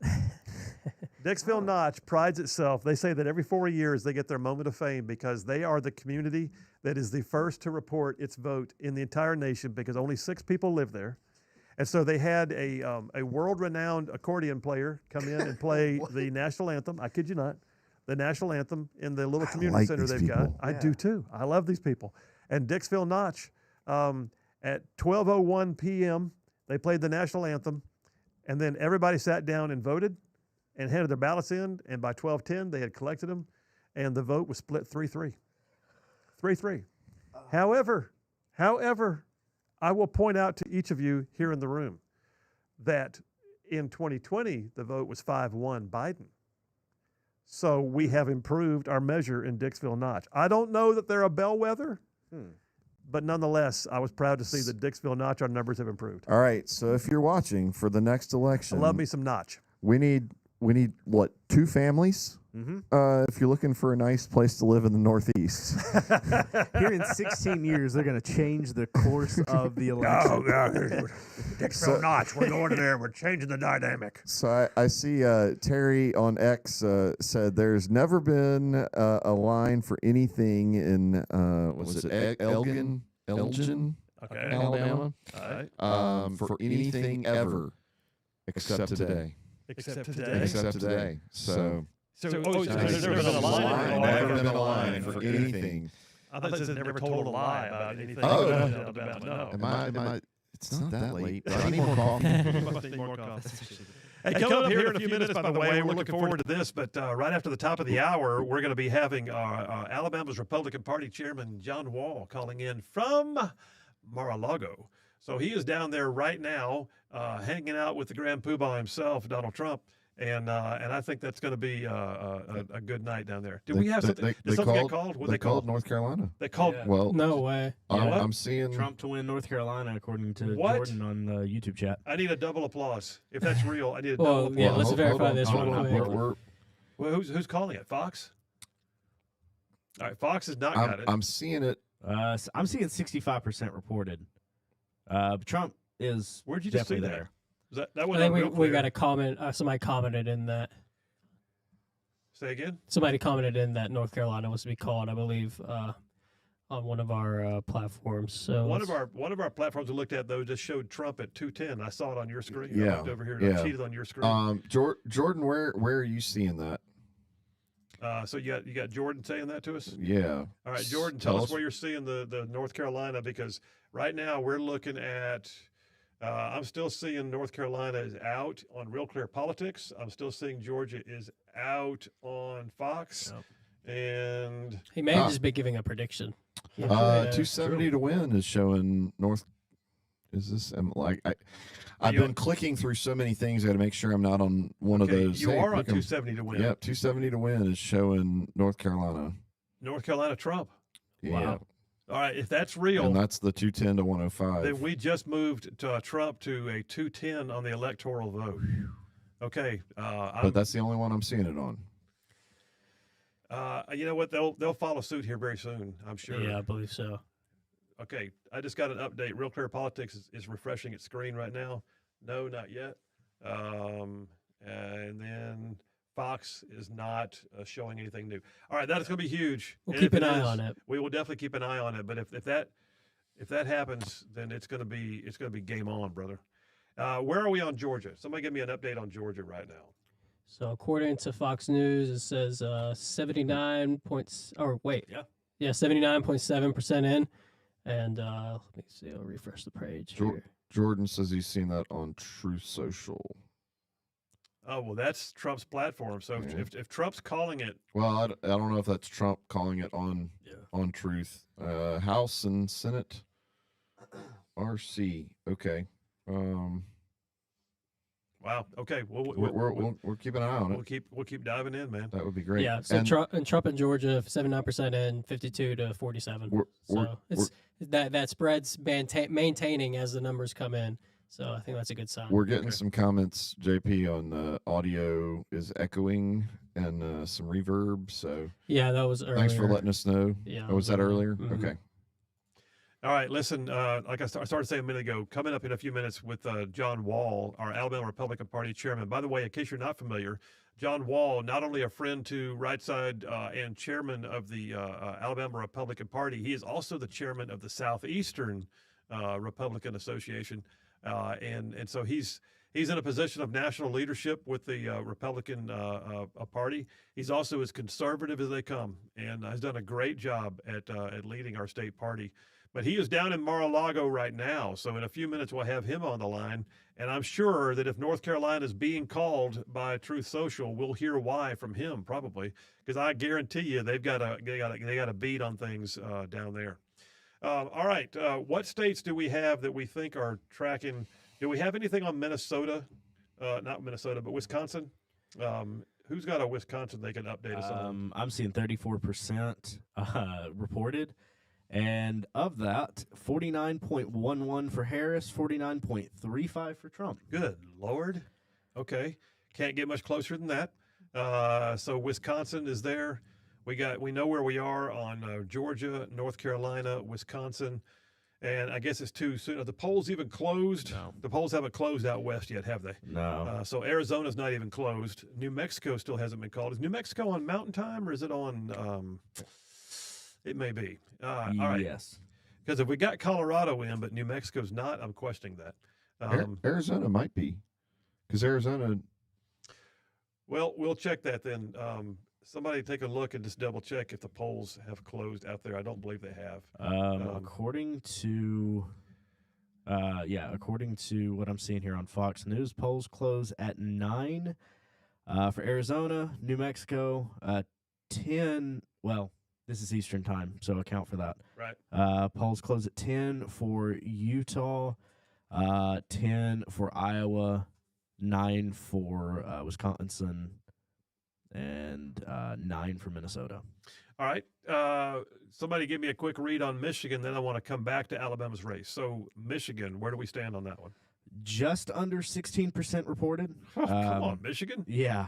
51.14 for Harris, 47.07 for Trump. Okay. All right. So the Rust Belt is still right now. She's lean in Wisconsin. She's ahead momentarily in Michigan. And then Pennsylvania. Do we have any percentage yet on Pennsylvania? Yes. Actually jumped a fair amount, all things considered. 42%. Last time we checked in, it was under 25. So it is, he's ahead, 49.58 versus 49.51. So it's tight. It's tight. These margins are unreal. I mean, we're talking, according to Fox, you're talking about a margin of under 2,000 votes. And listen, one of the things that I've been praying for, to be honest with you, is that this is a decisive vote. Like, we don't wind up having any automatic triggered recalls, because in most states, the votes that are within a 1 or 2% of spread automatically trigger a recount, which means you might not find out about Pennsylvania till tomorrow morning, and then you still might not find out about Pennsylvania till another day, because they have to recount it. So nothing gets certified until the mandatory recounts are over, at which point, if there have been discrepancies or things that can be challenged, the lawyers get involved, and we still might not know about certifications. Nobody likes it when lawyers are involved. Said the lawyers sitting in the middle of the guys. All right. Even the lawyers don't like it when the lawyers don't like it when the lawyers get involved. That's true. All right. Listen, coming up here in a few minutes, we're going to have John Wahl on with us. He's due to call in at roughly 9:05, and so we look forward to hearing what he's got to say about down there in Mar-a-Lago. But have we seen any more about that call on Georgia? Because was it 270 to win? Is saying North Carolina is already there? North Carolina or Georgia? I meant North Carolina. North Carolina. Sorry. Yeah. I haven't seen anybody else call North Carolina I haven't yet. seen anybody Not else. seeing anything. But I will say this: District 2 is getting tighter. All right, talk to me. 46% in. Shamari figures 54. Caroline Dobson 45. So it's getting tighter as we go. 2 were just called. Utah was just called for Trump, and Montana was just called for Trump. All right. Yep, seeing that too. All right, give me some applause. That's great. 205 to 117. Okay, so we're at 205 to 117. Trump is really blowing out right now, but of course, California has 54 votes that are going to go blue. So just bear that in mind. That you can look really good for a while, and then the West Coast closes, and all of a sudden it's like shabam. But that's still trending in the right direction. Oregon is What? dark red right now. It's just I'm looking at the electoral numbers in this giant state of Montana. Yeah. There's like, Have you been to Montana? all 14 people that vote in Montana. It's like the Dixville Notch of states. But it's also one of my favorite places, and I can tell you right now, they call it Big Sky Country. It is absolutely gorgeous. I love it out in Montana. Did some military time out there, and actually earned my German jump wings jumping with a bunch of German guys in Montana on a drop zone. The Germans are crazy.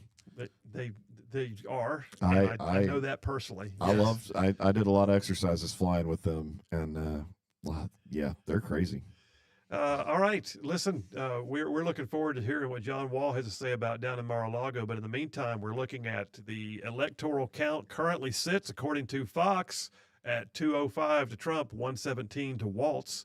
Harris Waltz. So Trump Vance 205, Harris Waltz 117, and Georgia is tracking pretty well. Hey, JP, I want to go back to you real quick. We jumped in real quick on these two states, but what were you telling us about Caroline Dobson? Where's she at right now? So Caroline Dobson right now, 46% of the vote is in, and I can put this up on the screen here. So you see more of the counties are coming in, but right now it's 54.7 for Shamar Figures, 45.3 for Caroline Dobson. So I believe when the Montgomery was called, obviously that's a big population center. I think the spread got pretty large, but you see some of these lower end counties coming in for Dobson, which is very good. So the race is tightening up as the numbers are coming in. Okay. All right. More to come on that one. Alabama District 2, which is a highly competitive race that some say could really make a big difference in the balance of power in the U.S. House. We'll wait and see. So Macon County, does that typically go Democrat? Considering it's next to Montgomery.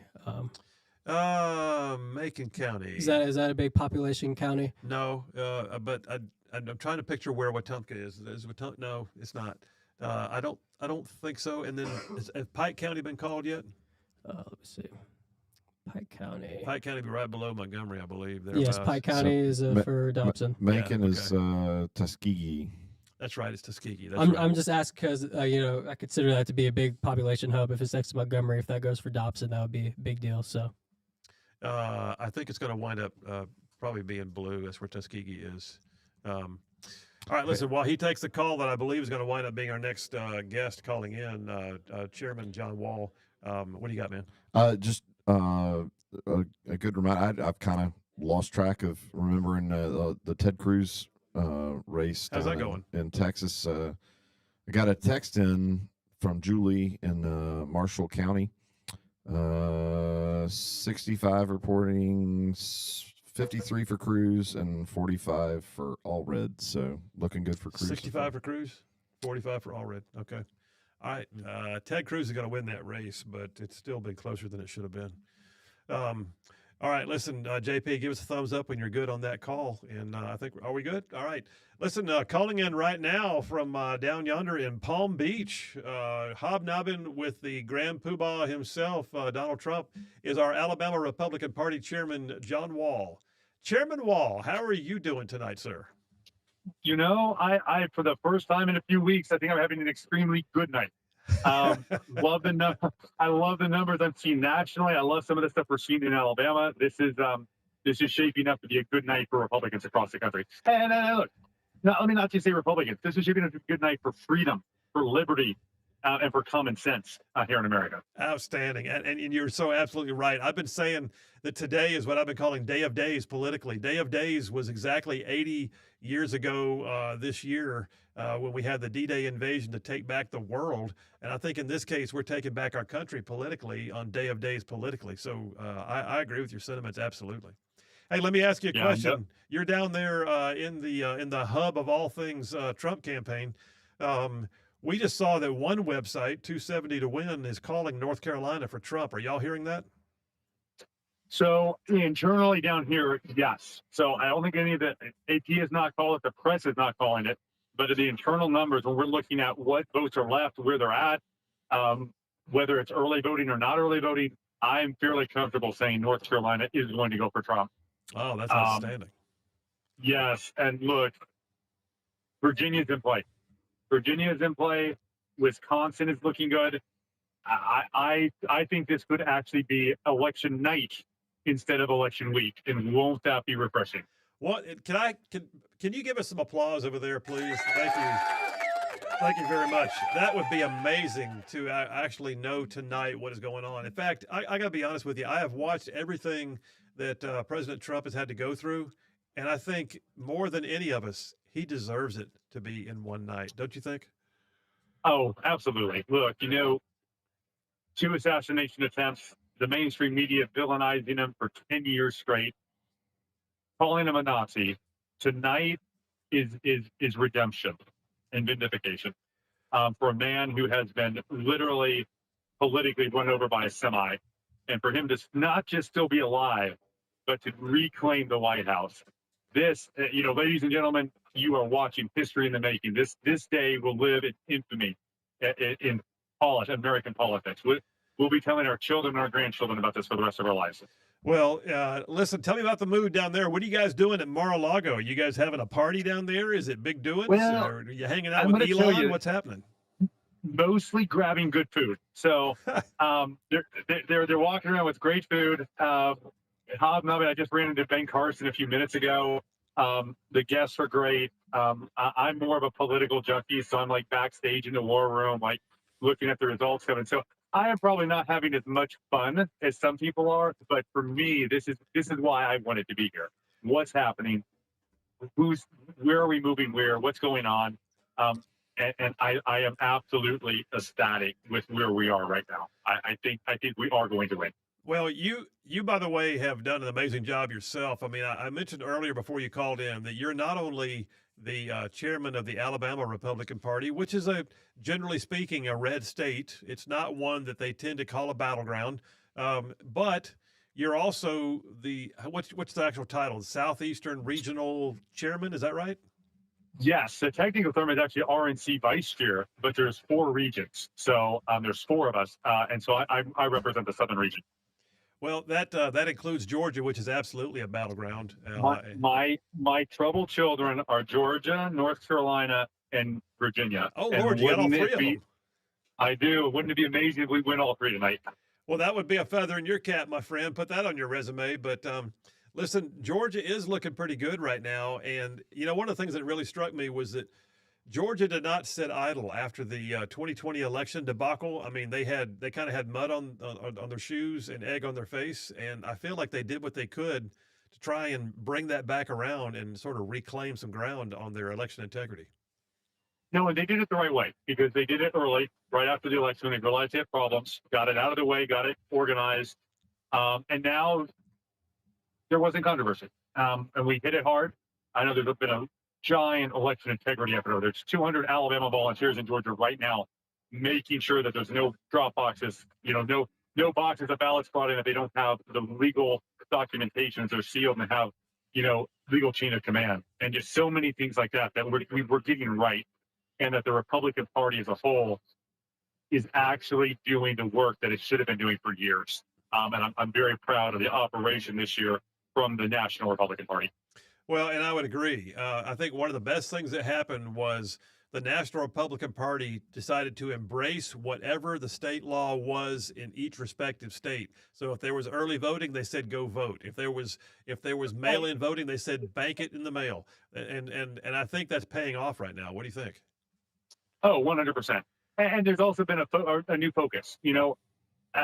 I don't like to be negative towards people, but I think you see the difference that leadership makes within the RNC with kind of the establishment, old guard out, and a very new, very much grassroots type leadership that has come into the Republican Party.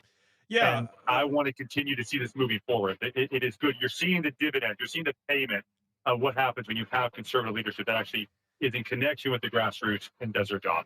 Yeah, I won't ask you to comment directly on this, but I used to say that we had a series of problems. We had McCarthy, McConnell, and McDaniel, and it was not working out real well. And that's so right. I'm glad that we are where we are. No, that's right. Well, and look, McConnell's out as well, and I think Donald Trump winning tonight is going to play. I think that'll put a lot of. That he is picking good conservatives. I love his choice with Elon Musk, with the economy. You got Robert Kennedy Jr. He's putting in reformers. And if he can put some weight on that Senate leadership position, I think we have the potential to come out of this with a conservative Senate leader that could make a difference in Republican politics for who knows how many decades to come. Well, we had U.S. Senator Katie Britt on the phone a little while ago, and I know that Coach Tuberville is down there with you right now. But Senator Britt, one of the last comments I made to her was that we look forward to her being able to serve in the majority, and she said, I look forward to having a gavel in my hand, and that sounded positive. I can definitely see that. Look, the Republicans are so. It's time. If we can get the Senate. Get some honest, true leaders in some of these committee positions. Hold the House and have Trump in the White House. Then it's up to us. And I will say that's when the work starts. We feel like we've been working hard now, but it's once we have control that we really decide what legacy we leave. Well, John, listen, I appreciate you making time for us. You got a lot going on down there. I love the fact that you're calling us from Mar-a-Lago, and give us a quick what do you? I mean, if you don't mind, paint a mental image for my listeners and viewers right now, because we're live streaming this to a pretty good sized audience. Just give them a mental of what it's like. I mean, like, I'm sure you're kind of like pinching yourself that I'm here and this is all happening, but give my listeners and viewers a chance to see through your words. Yeah, so you've got a large room. You have monitors set up everywhere with multiple TV networks on the monitors, and there's just groups of people glued to that. You've got food stations, and like I said, you have several cubby holes where you got a war room type situation with the campaign as they're looking at the latest numbers and some of the internal stuff they're getting before it hits the press. My favorite area, by the way. And then you have a very large, more public gathering that's starting to come together with about 5,000 people there that we'll all be moving over to fairly shortly, in my opinion, to hear Donald Trump's victory speech within the next few hours. Well, it's going to be good, and I think if we can get a victory speech in the next few hours, we're all going to be happy. And there's also palm trees, just in case. I did not mention outside. There are palm trees. This is Palm Beach. Well, I hope that you actually wake up in the morning feeling like you've been on vacation, my brother. But in the meantime, I owe you a steak because of all the hard work you put in all this, and I thank you for making time for us tonight. No, absolutely. It's good to be on the show. All right, take care. John Wahl, Chairman, Alabama Republican Party, also a Vice Chair with the National Party for the Southeastern region. He's got not only multiple red states like Alabama, Tennessee, Florida, Mississippi. He called them his three problem children. He's got Georgia, North Carolina, and Virginia in his Southeast district that he's been overseeing operations. And let me tell you, they call it the Mighty Alabama Strike Force. Is a whole bunch of Alabama volunteers under his leadership that have gone to Georgia to do great work. All right, listen. Let's go ahead and switch back to main feed and guys, chime in. What are you seeing right now? While I've been talking to John Wahl, I've been checking out Virginia. Yeah, he says it's in play. Yeah, it's interesting the different websites that they're showing right now. I mean, it's 49.4 to 48.9 with Trump in the lead in Virginia. Yeah, with how much percent? What is the percentage? Looks like 69%, but it's literally 1,455,000 and 21 votes to 1,439,000 to 928. At one point, it was I saw they were reporting a difference of about 122 votes. Holy smokes. Also, I'll add to apparently 50% in Pennsylvania, and Trump has taken the lead in Pennsylvania. 50%. I'll put the graph up here on the screen here, but this is where Pennsylvania stands right now. Trump has taken the lead with half of the votes in. Holy smokes. Can I have some applause for Virginia and Pennsylvania? Work it, fellas. Work it. What else you got? So even with 270 to win, it looks they're calling Virginia as a blue. Are they really? And they've got a little grid up there, or a little graph showing the comparison to 2020 numbers, and it's saying same as 2020. Yeah. Zero, nothing's flipped yet, basically. So. All right. What are you seeing over there? You got anything on Georgia or anything else? Georgia's the only thing that's really worth mentioning right now. They're up to 82% reporting. It looks like Trump's still widening the gap. He's almost 52 to 47 right now. So, that seems to be the biggest thing being reported right now. Michigan has 20% reporting, with Harris in the lead by 50.13 to 48.1. So, I mean, that's pretty tight. Wisconsin, 46 reporting. It's dead tied almost. Iowa, 37% reporting, 51.5 to 47 in favor of Trump. And then Minnesota has less than 2.5% but Trump is up in that 2.5%, 58% to 40. Okay, wow. It's possible. So you heard John Wahl. I mean, he's in a position right now to sort of see and know things that when they get their internal polling, I mean, he just finished saying that they believe that Virginia's still in play. They believe that we're still looking at Georgia and North Carolina coming in.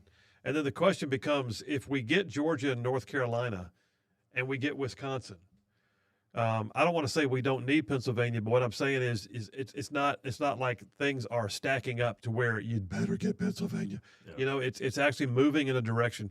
I mean, we're at Trump 205 right now. If he truly does have North Carolina, then technically we would be Trump at 220, and it's 270 to win. And we're looking at right now, you could see Wisconsin, there's 10 more. That would be 230. You're looking at Michigan is 15. Well, that would be 245. Georgia has 16. Well, that would be 261. I mean, we're closing in, and then you got Arizona out there in the West with 11. If that happens before we even get Pennsylvania, if he can pick up Minnesota, Iowa, Wisconsin, Georgia, North Carolina, and Arizona, I think the race is over. So if we want to play some interactive map here, and all right, put it up on the screen there. Those who are watching, okay. Wow. So right now, North Carolina on here is already for Trump, which I think we could all agree that's probably going to happen with the numbers we're seeing. Say Georgia. Oh, well, there goes that. See if I can get the. Yeah, scroll back. There you go. Okay. Yeah. Hold on, let me take this down. Get the interactive map here. Stand by. But yeah, I think right now Georgia and North Carolina are looking very good, which in the long run, and if states like Virginia are in play, then I think overall a lot of the I would say that's a sign to where the battlegrounds are overall. If states like in Virginia are in play, I think that's a big sign. I saw this morning that our buddy Dale Jackson predicted 300 for Trump. I think that's possible. If he gets the states that I just said, which we think we're leaning towards anyway, and then also picks up Pennsylvania, he's at 300. What was that text? You had a text a minute ago, somebody about Arizona. Oh, we got Ted. We've got somebody from watching on YouTube, Ted, and he also texted us in. It was kind of a long text, but basically talking about the lines are long. They dropped off their ballots. Arizona is closed, by the way. He also reported. Okay, great. I think I know who this is too, by the way. First surgery fall of 2021 after moving to Huntsville. Yeah, he says Arizona is energized and we stay confident for Trump and hopeful for Lake. I would love to see Carrie Lake go to the Senate. Yeah. I think she would just rip some people a new one. Yeah. When she gets up there.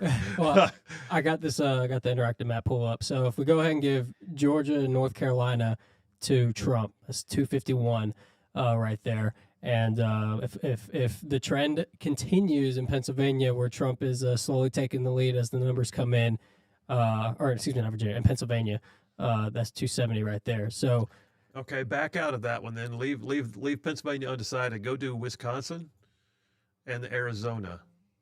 Where that's 272. That's 272. So if we can get Georgia, North Carolina, Wisconsin, Arizona, the race is over. Yep.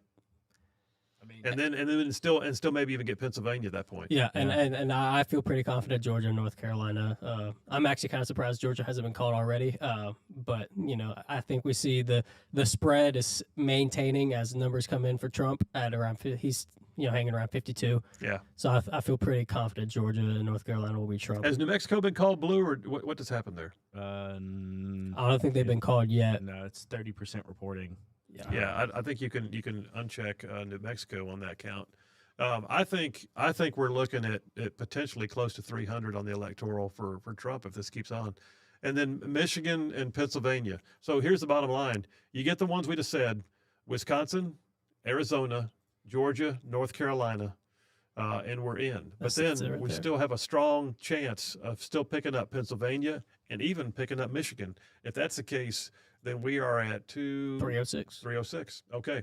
And that's not even counting Nevada, which is very much still in play.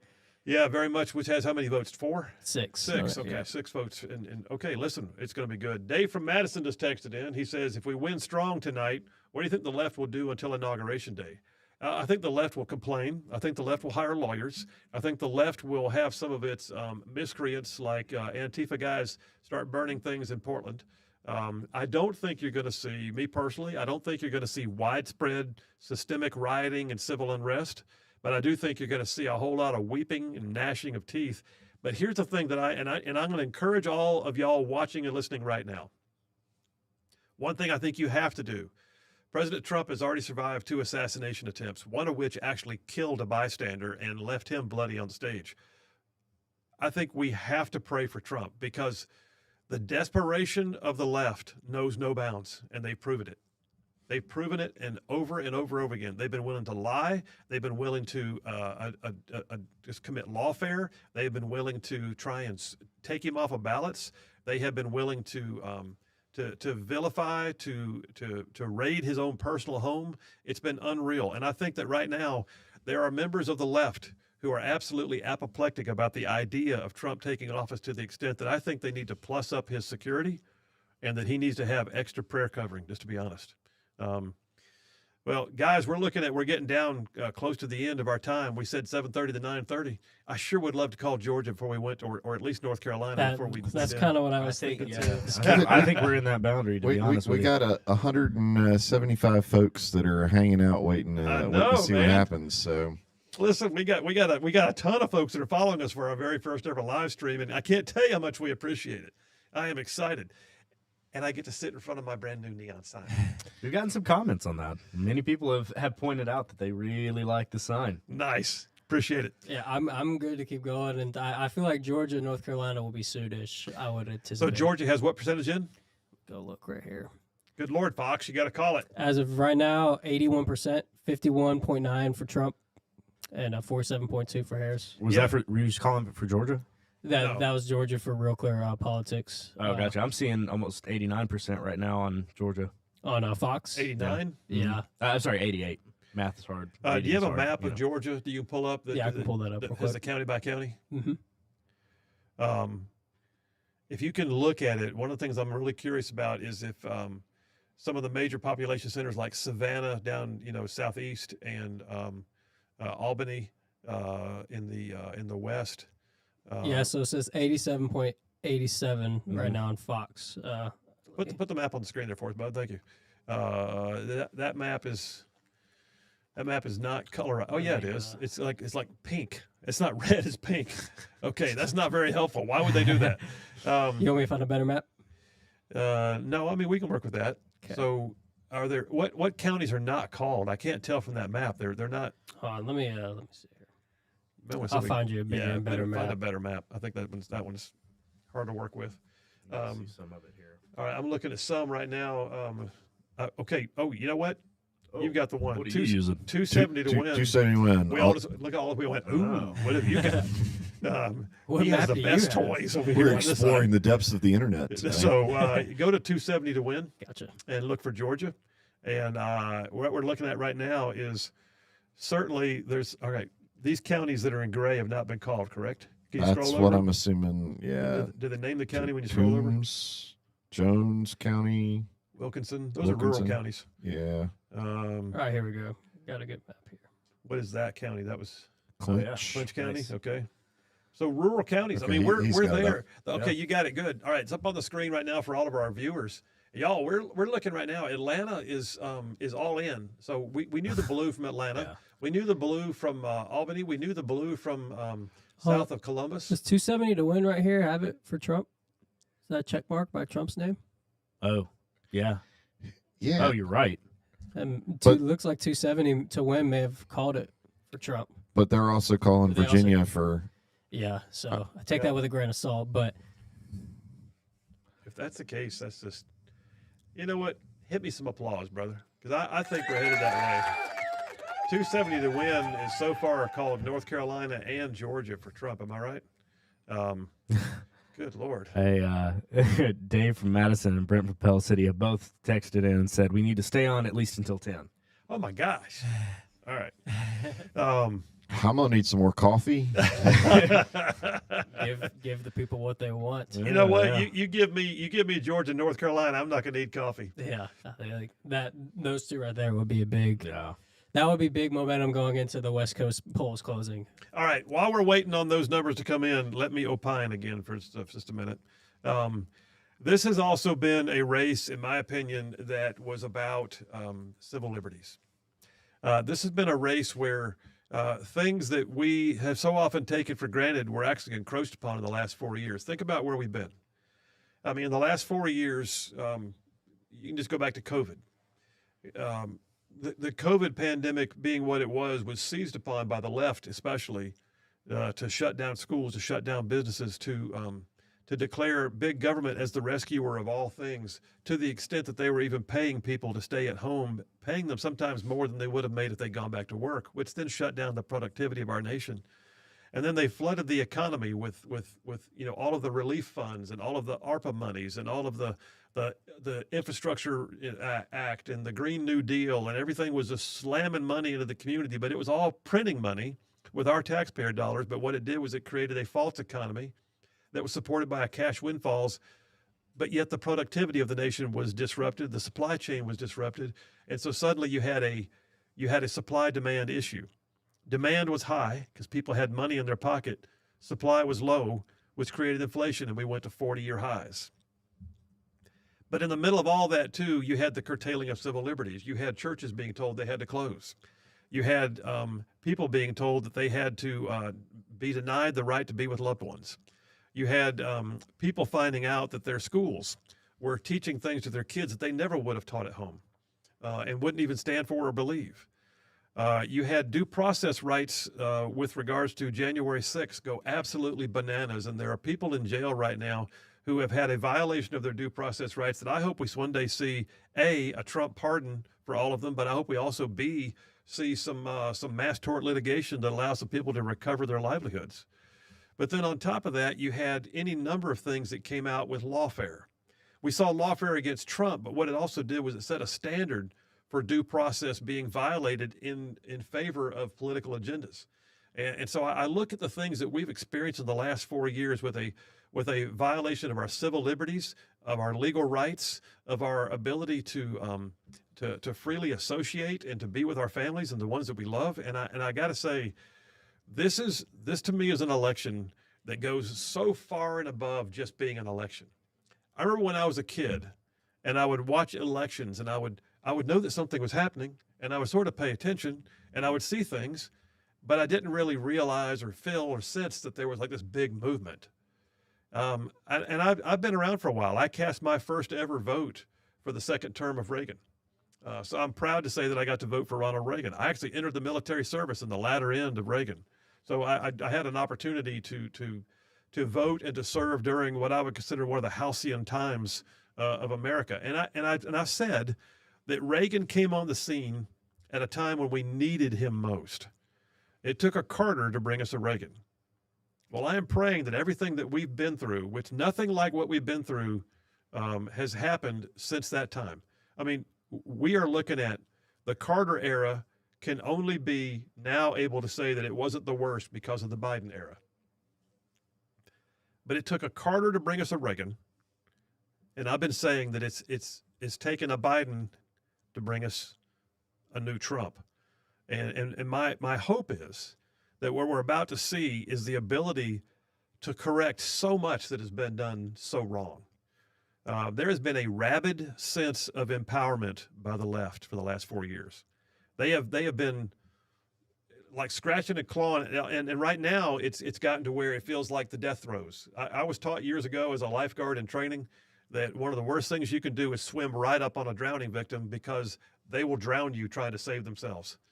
And so what we're seeing right now with the left, the scratching and the clawing and the political backbiting and the lawfare and everything else, in my opinion, has gotten to be almost like watching a drowning man taking anybody else under with them when they go. And we've got to take this night, and then we got to make something happen with it. That's the thing. Once it's ours again, once the right is able to do the right and repudiate the left and change things, change the course, we have got to do the work at that point.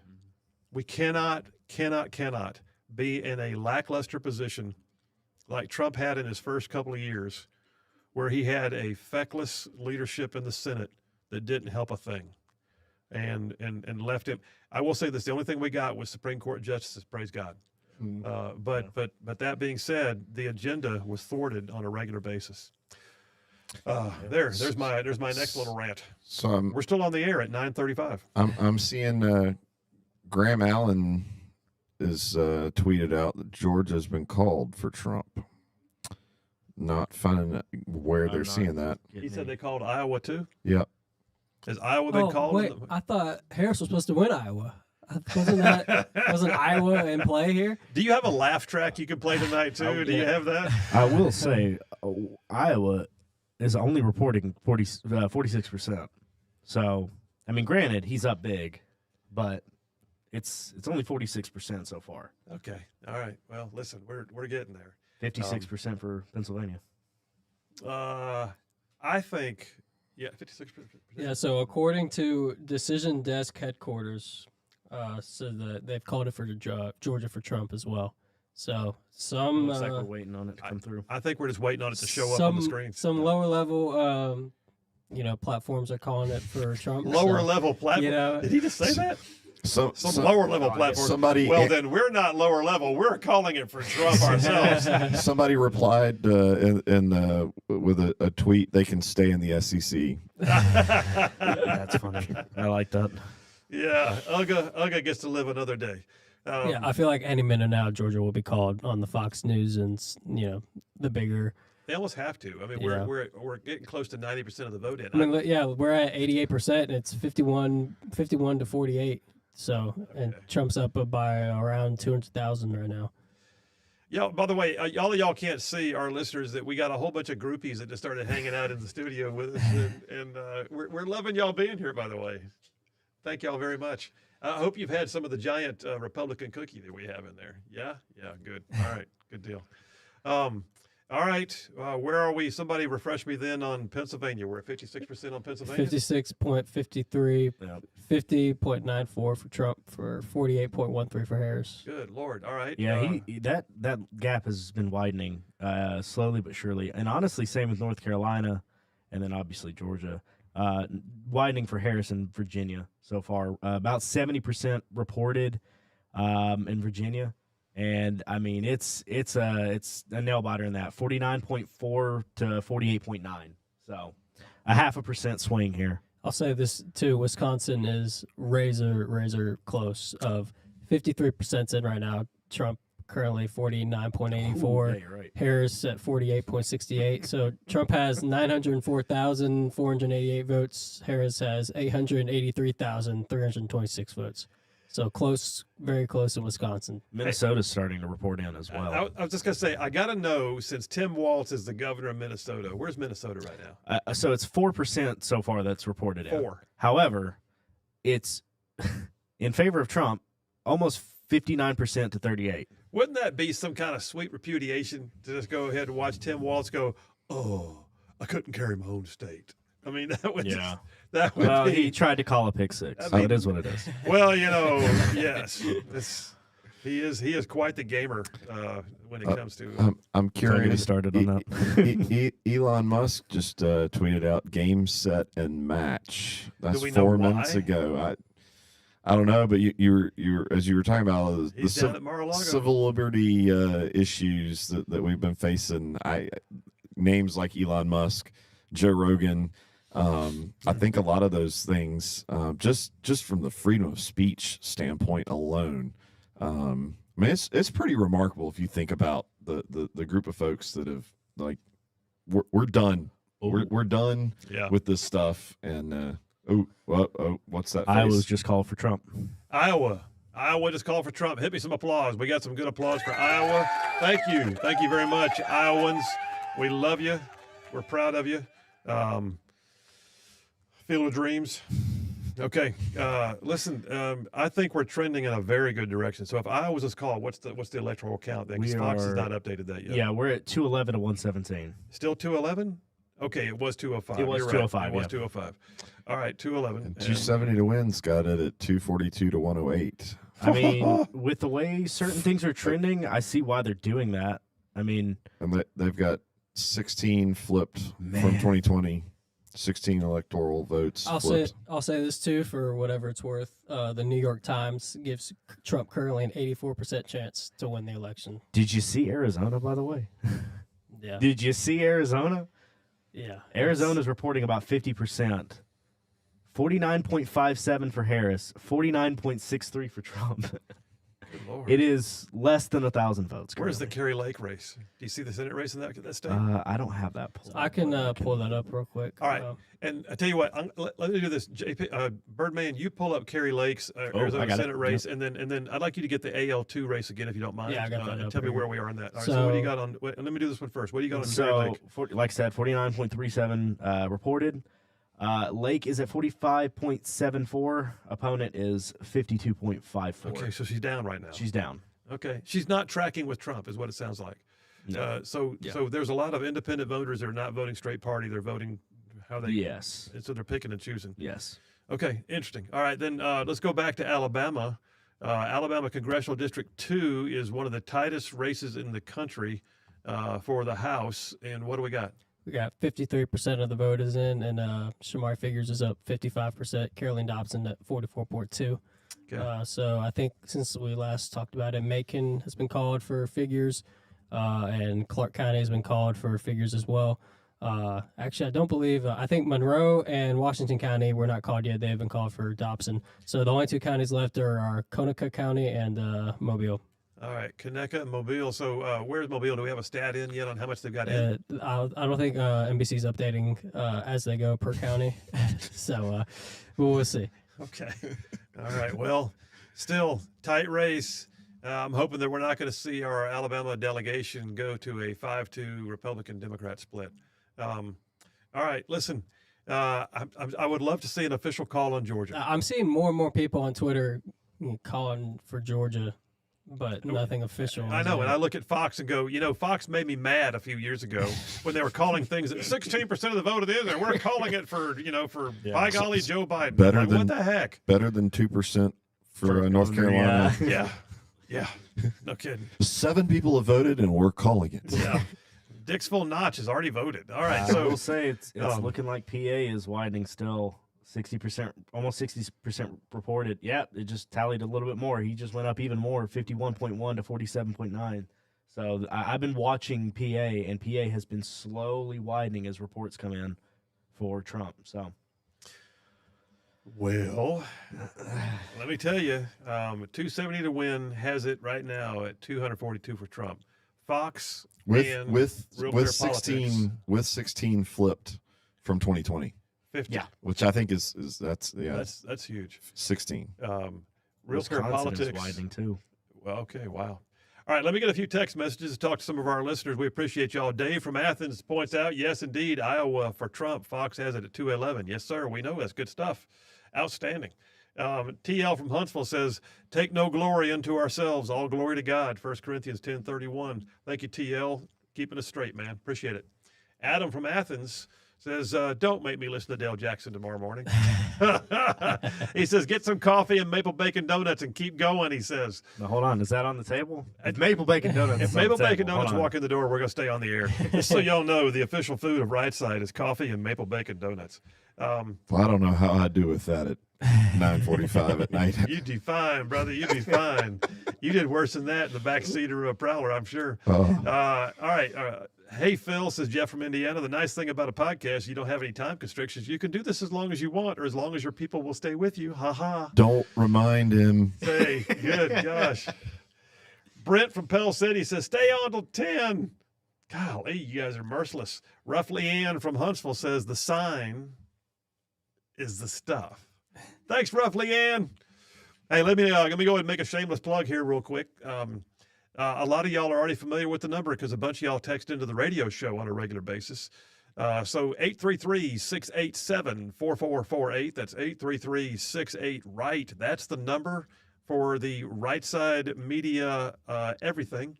You want to text the word newsletter. It's a one word, newsletter, to that number. You will get signed up immediately for the new Right Side Report, which Butters has put together for us because he's our digital guy.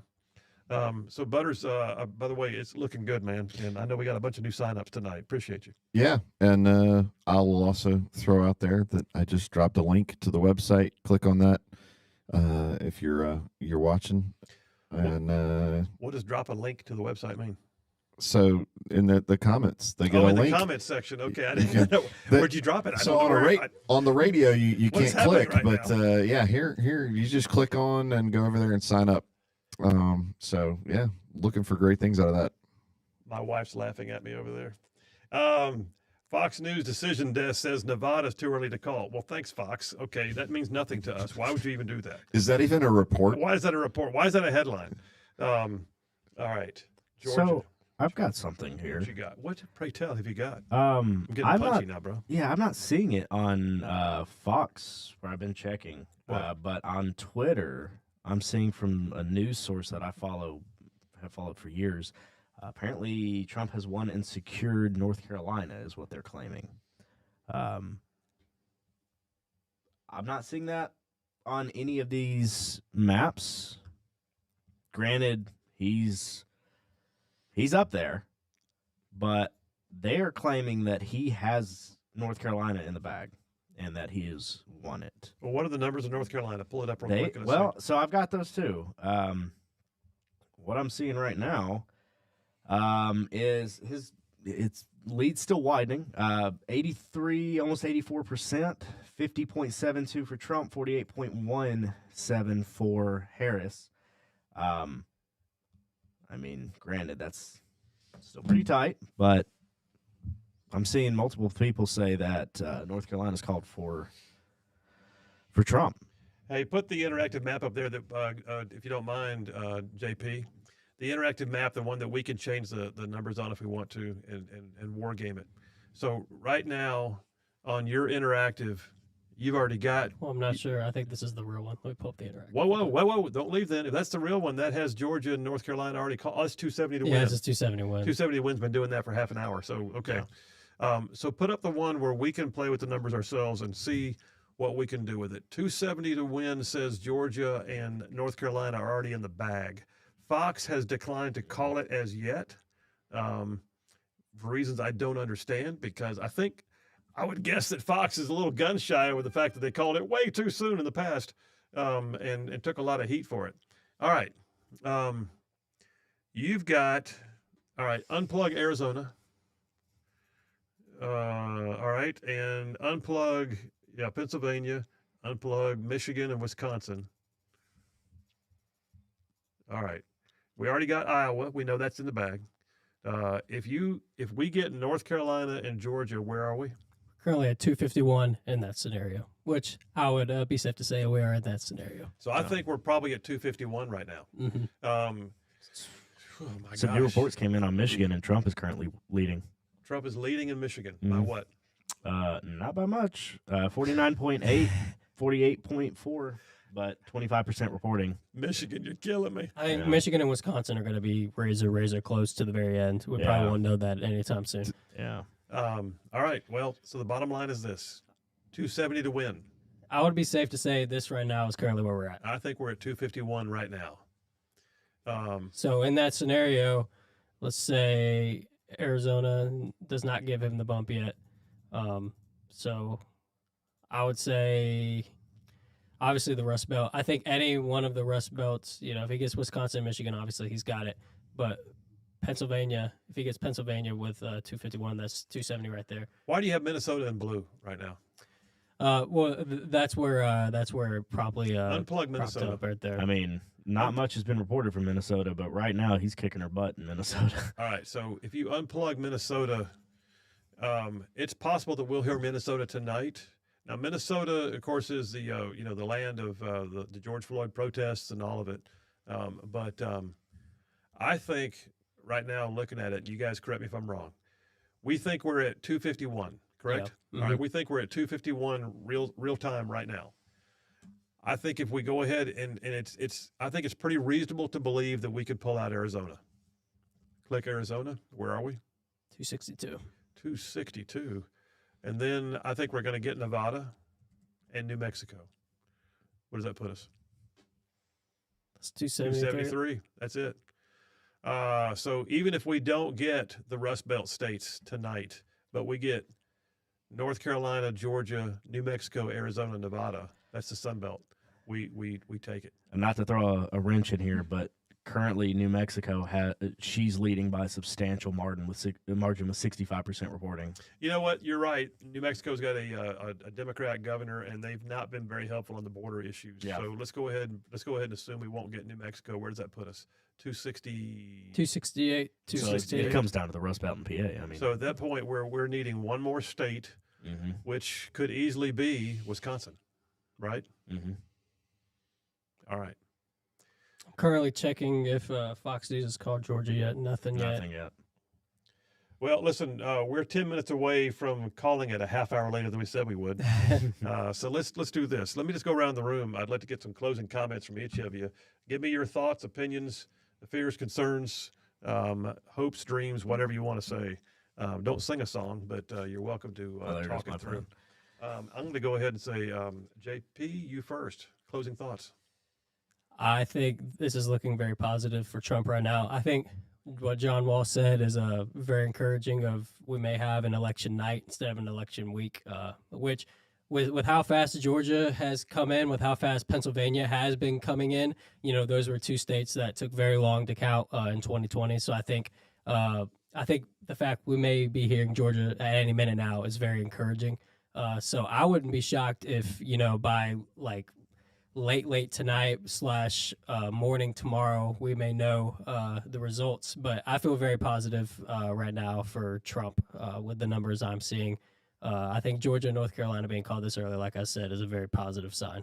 Yeah, absolutely. Butterman, what you think? Closing comments. All right. So with that in mind, the positive vibes towards an actual pulling this thing off and getting Trump back in there. The word of caution of the doors that have been opened with the lawfare, and we need to be really aware of the threat of wanting to retaliate. And I think we've gone through a lot the last few years, and especially leading up to tonight. And conversations, calmness, talking, those are things that are kind of going through my mind. And in the coming months, we've got a lot. I mean, this isn't the end. Like, this is just the start, really, to get the work going, to get our country back on a better footing. Good deal. Birdman, closing comments. I mean, I echo all of that. I got two thoughts. First of which is, whatever happens, regardless of whatever happens, he's still on the throne. That's exactly right. End of discussion. Regardless, yes, things are tight. That's okay. I know who I have believed in, and that's how I'm going to establish this. Because, to be completely honest with you, after what happened in 2020, it was, for a lot of people, rightfully so, an emotional ride. And I think this cements more than anything else that it's all about prayer. We saw that. And I really don't think much more needs to be said about that. Yes, we're looking at this, and yes, there are things that are tight in here, and that's part of it. This is the game that we're playing. But this is trending in a much better fashion than it was previously. I look at this in the way that things are moving. I have more confidence than I did last time I watched this, to be completely honest. That's my second point. That is reassuring, because regardless of the outcome, things are moving in a fashion that bring a lot more mental security to how I'm viewing this, because there's a lot. I don't see what I saw with Georgia last time. I don't see what I saw with Pennsylvania last time. Yeah. I think that's reassuring, but it all goes back to, at the end of the day, I know who's on the throne. And I give all worry, I give all uncertainty on this and everything else. I give it to him. The outcome doesn't matter. He's got it. Good words, all of you. Listen, I think I'll go ahead and wrap the night here for the most part. First of all, thank you to all of our viewers and listeners who have been dialed in on us, and thank you so much for making this possible. I say on our radio show all the time, and I'll say it now as a part of Right Side Media, the whole, that if we were to sit here talking amongst ourselves, it would mean nothing. It's the fact that we have all of y'all out there watching, listening, calling in, texting in on a regular basis that makes this show what it is, and we know that and do not take it for granted. The other thing I'll say is I also know that there's no way in the world I could have done the things that happened here tonight without you guys. And so I appreciate each one of you. I know that it's even been down to the point of like running to the store to buy the last minute cable, borrowing some equipment from the guy who has things of his own, and JP actually moving here to become a part of the full-time gig. And thank you. And in the Army, I was what they call a push-to-talk guy. I didn't want to know about frequency modulation and amplitude and sunspots and everything else. I just wanted to know if I pushed a little button, I was actually going to talk to somebody. And that's why I've got you guys, and you guys do an amazing job at what you do. So thank you very much. Before we close off, we have a positive note here. Ted Cruz just won in Texas. Outstanding. So, all right, outstanding. But let me take my comments a little bit further. Each of you guys made some great points in your close. All valid. I agree with every one of them. And I will say this: this is Day of Days, politically. This is Day of Days, and that is not to be melodramatic. It's not hyperbole. It's true. This has been the Day of Days. Surely, as D-Day was a taking back of the world from evil and tyranny, this is where we have politically begun to take back our country, politically speaking, from evil and tyranny. And you know what? Truthfully, it's not just politically. It is culturally, it is spiritually, it is economically, it is every way. It's fiscal discipline. It's all about changing the way things have been going, especially for the last 4 years. Tomorrow starts a brand new era, in my opinion. And we cannot waste it. We can't. If we've been given the gift of a new breath of life as a country, we cannot waste it. It is going to be incumbent upon us as Right Side Media. You know, it's been something to be able to say that in a time in which nothing in the political realm seemed to go in a conservative fashion, we existed to give a voice of hope in the middle of it all for the last 4 years. Now we're going to go forward and hopefully have the blessing of being able to speak into a time in which we are the majority. And that's where we're going to be talking about accountability. That's where we're going to be talking about getting it done. Because you had those 4 years to lament. But you know what? It's a whole lot harder to govern when you're actually the ones in charge. It's easy to be in the minority because you can gripe and complain and vote no. But when you're suddenly the ones in charge, then you have to produce. Then you have to lead. Then you have to make the changes. Then you actually have to follow through on your word. Then you have to do the things you said you would do in your campaign commercials. And the goal of Right Side Media is going to be to continue to educate, enlighten, empower, and entertain our folks with what it means to walk through this crazy world as a conservative and understand what politicians are doing needs to be called out, called on, and congratulated when necessary. But it's also going to mean that the mission, that's the mission, but the message remains solid. That we promote the fact that we believe that Jesus is Lord, America is great, Alabama, where we sit right now, is very beautiful, and life is actually worth living. You're going to hear it all the time right here on Right Side. In the meantime, I'm going to tell you again how much I appreciate all of you dialing in with us, staying on board, and even encouraging us to go an extra half hour. We had people saying, don't sign off yet. All I know is this: Trump's going to win. God is still on his throne. There are more of us than there are of them. Stay in the fight. You guys have a great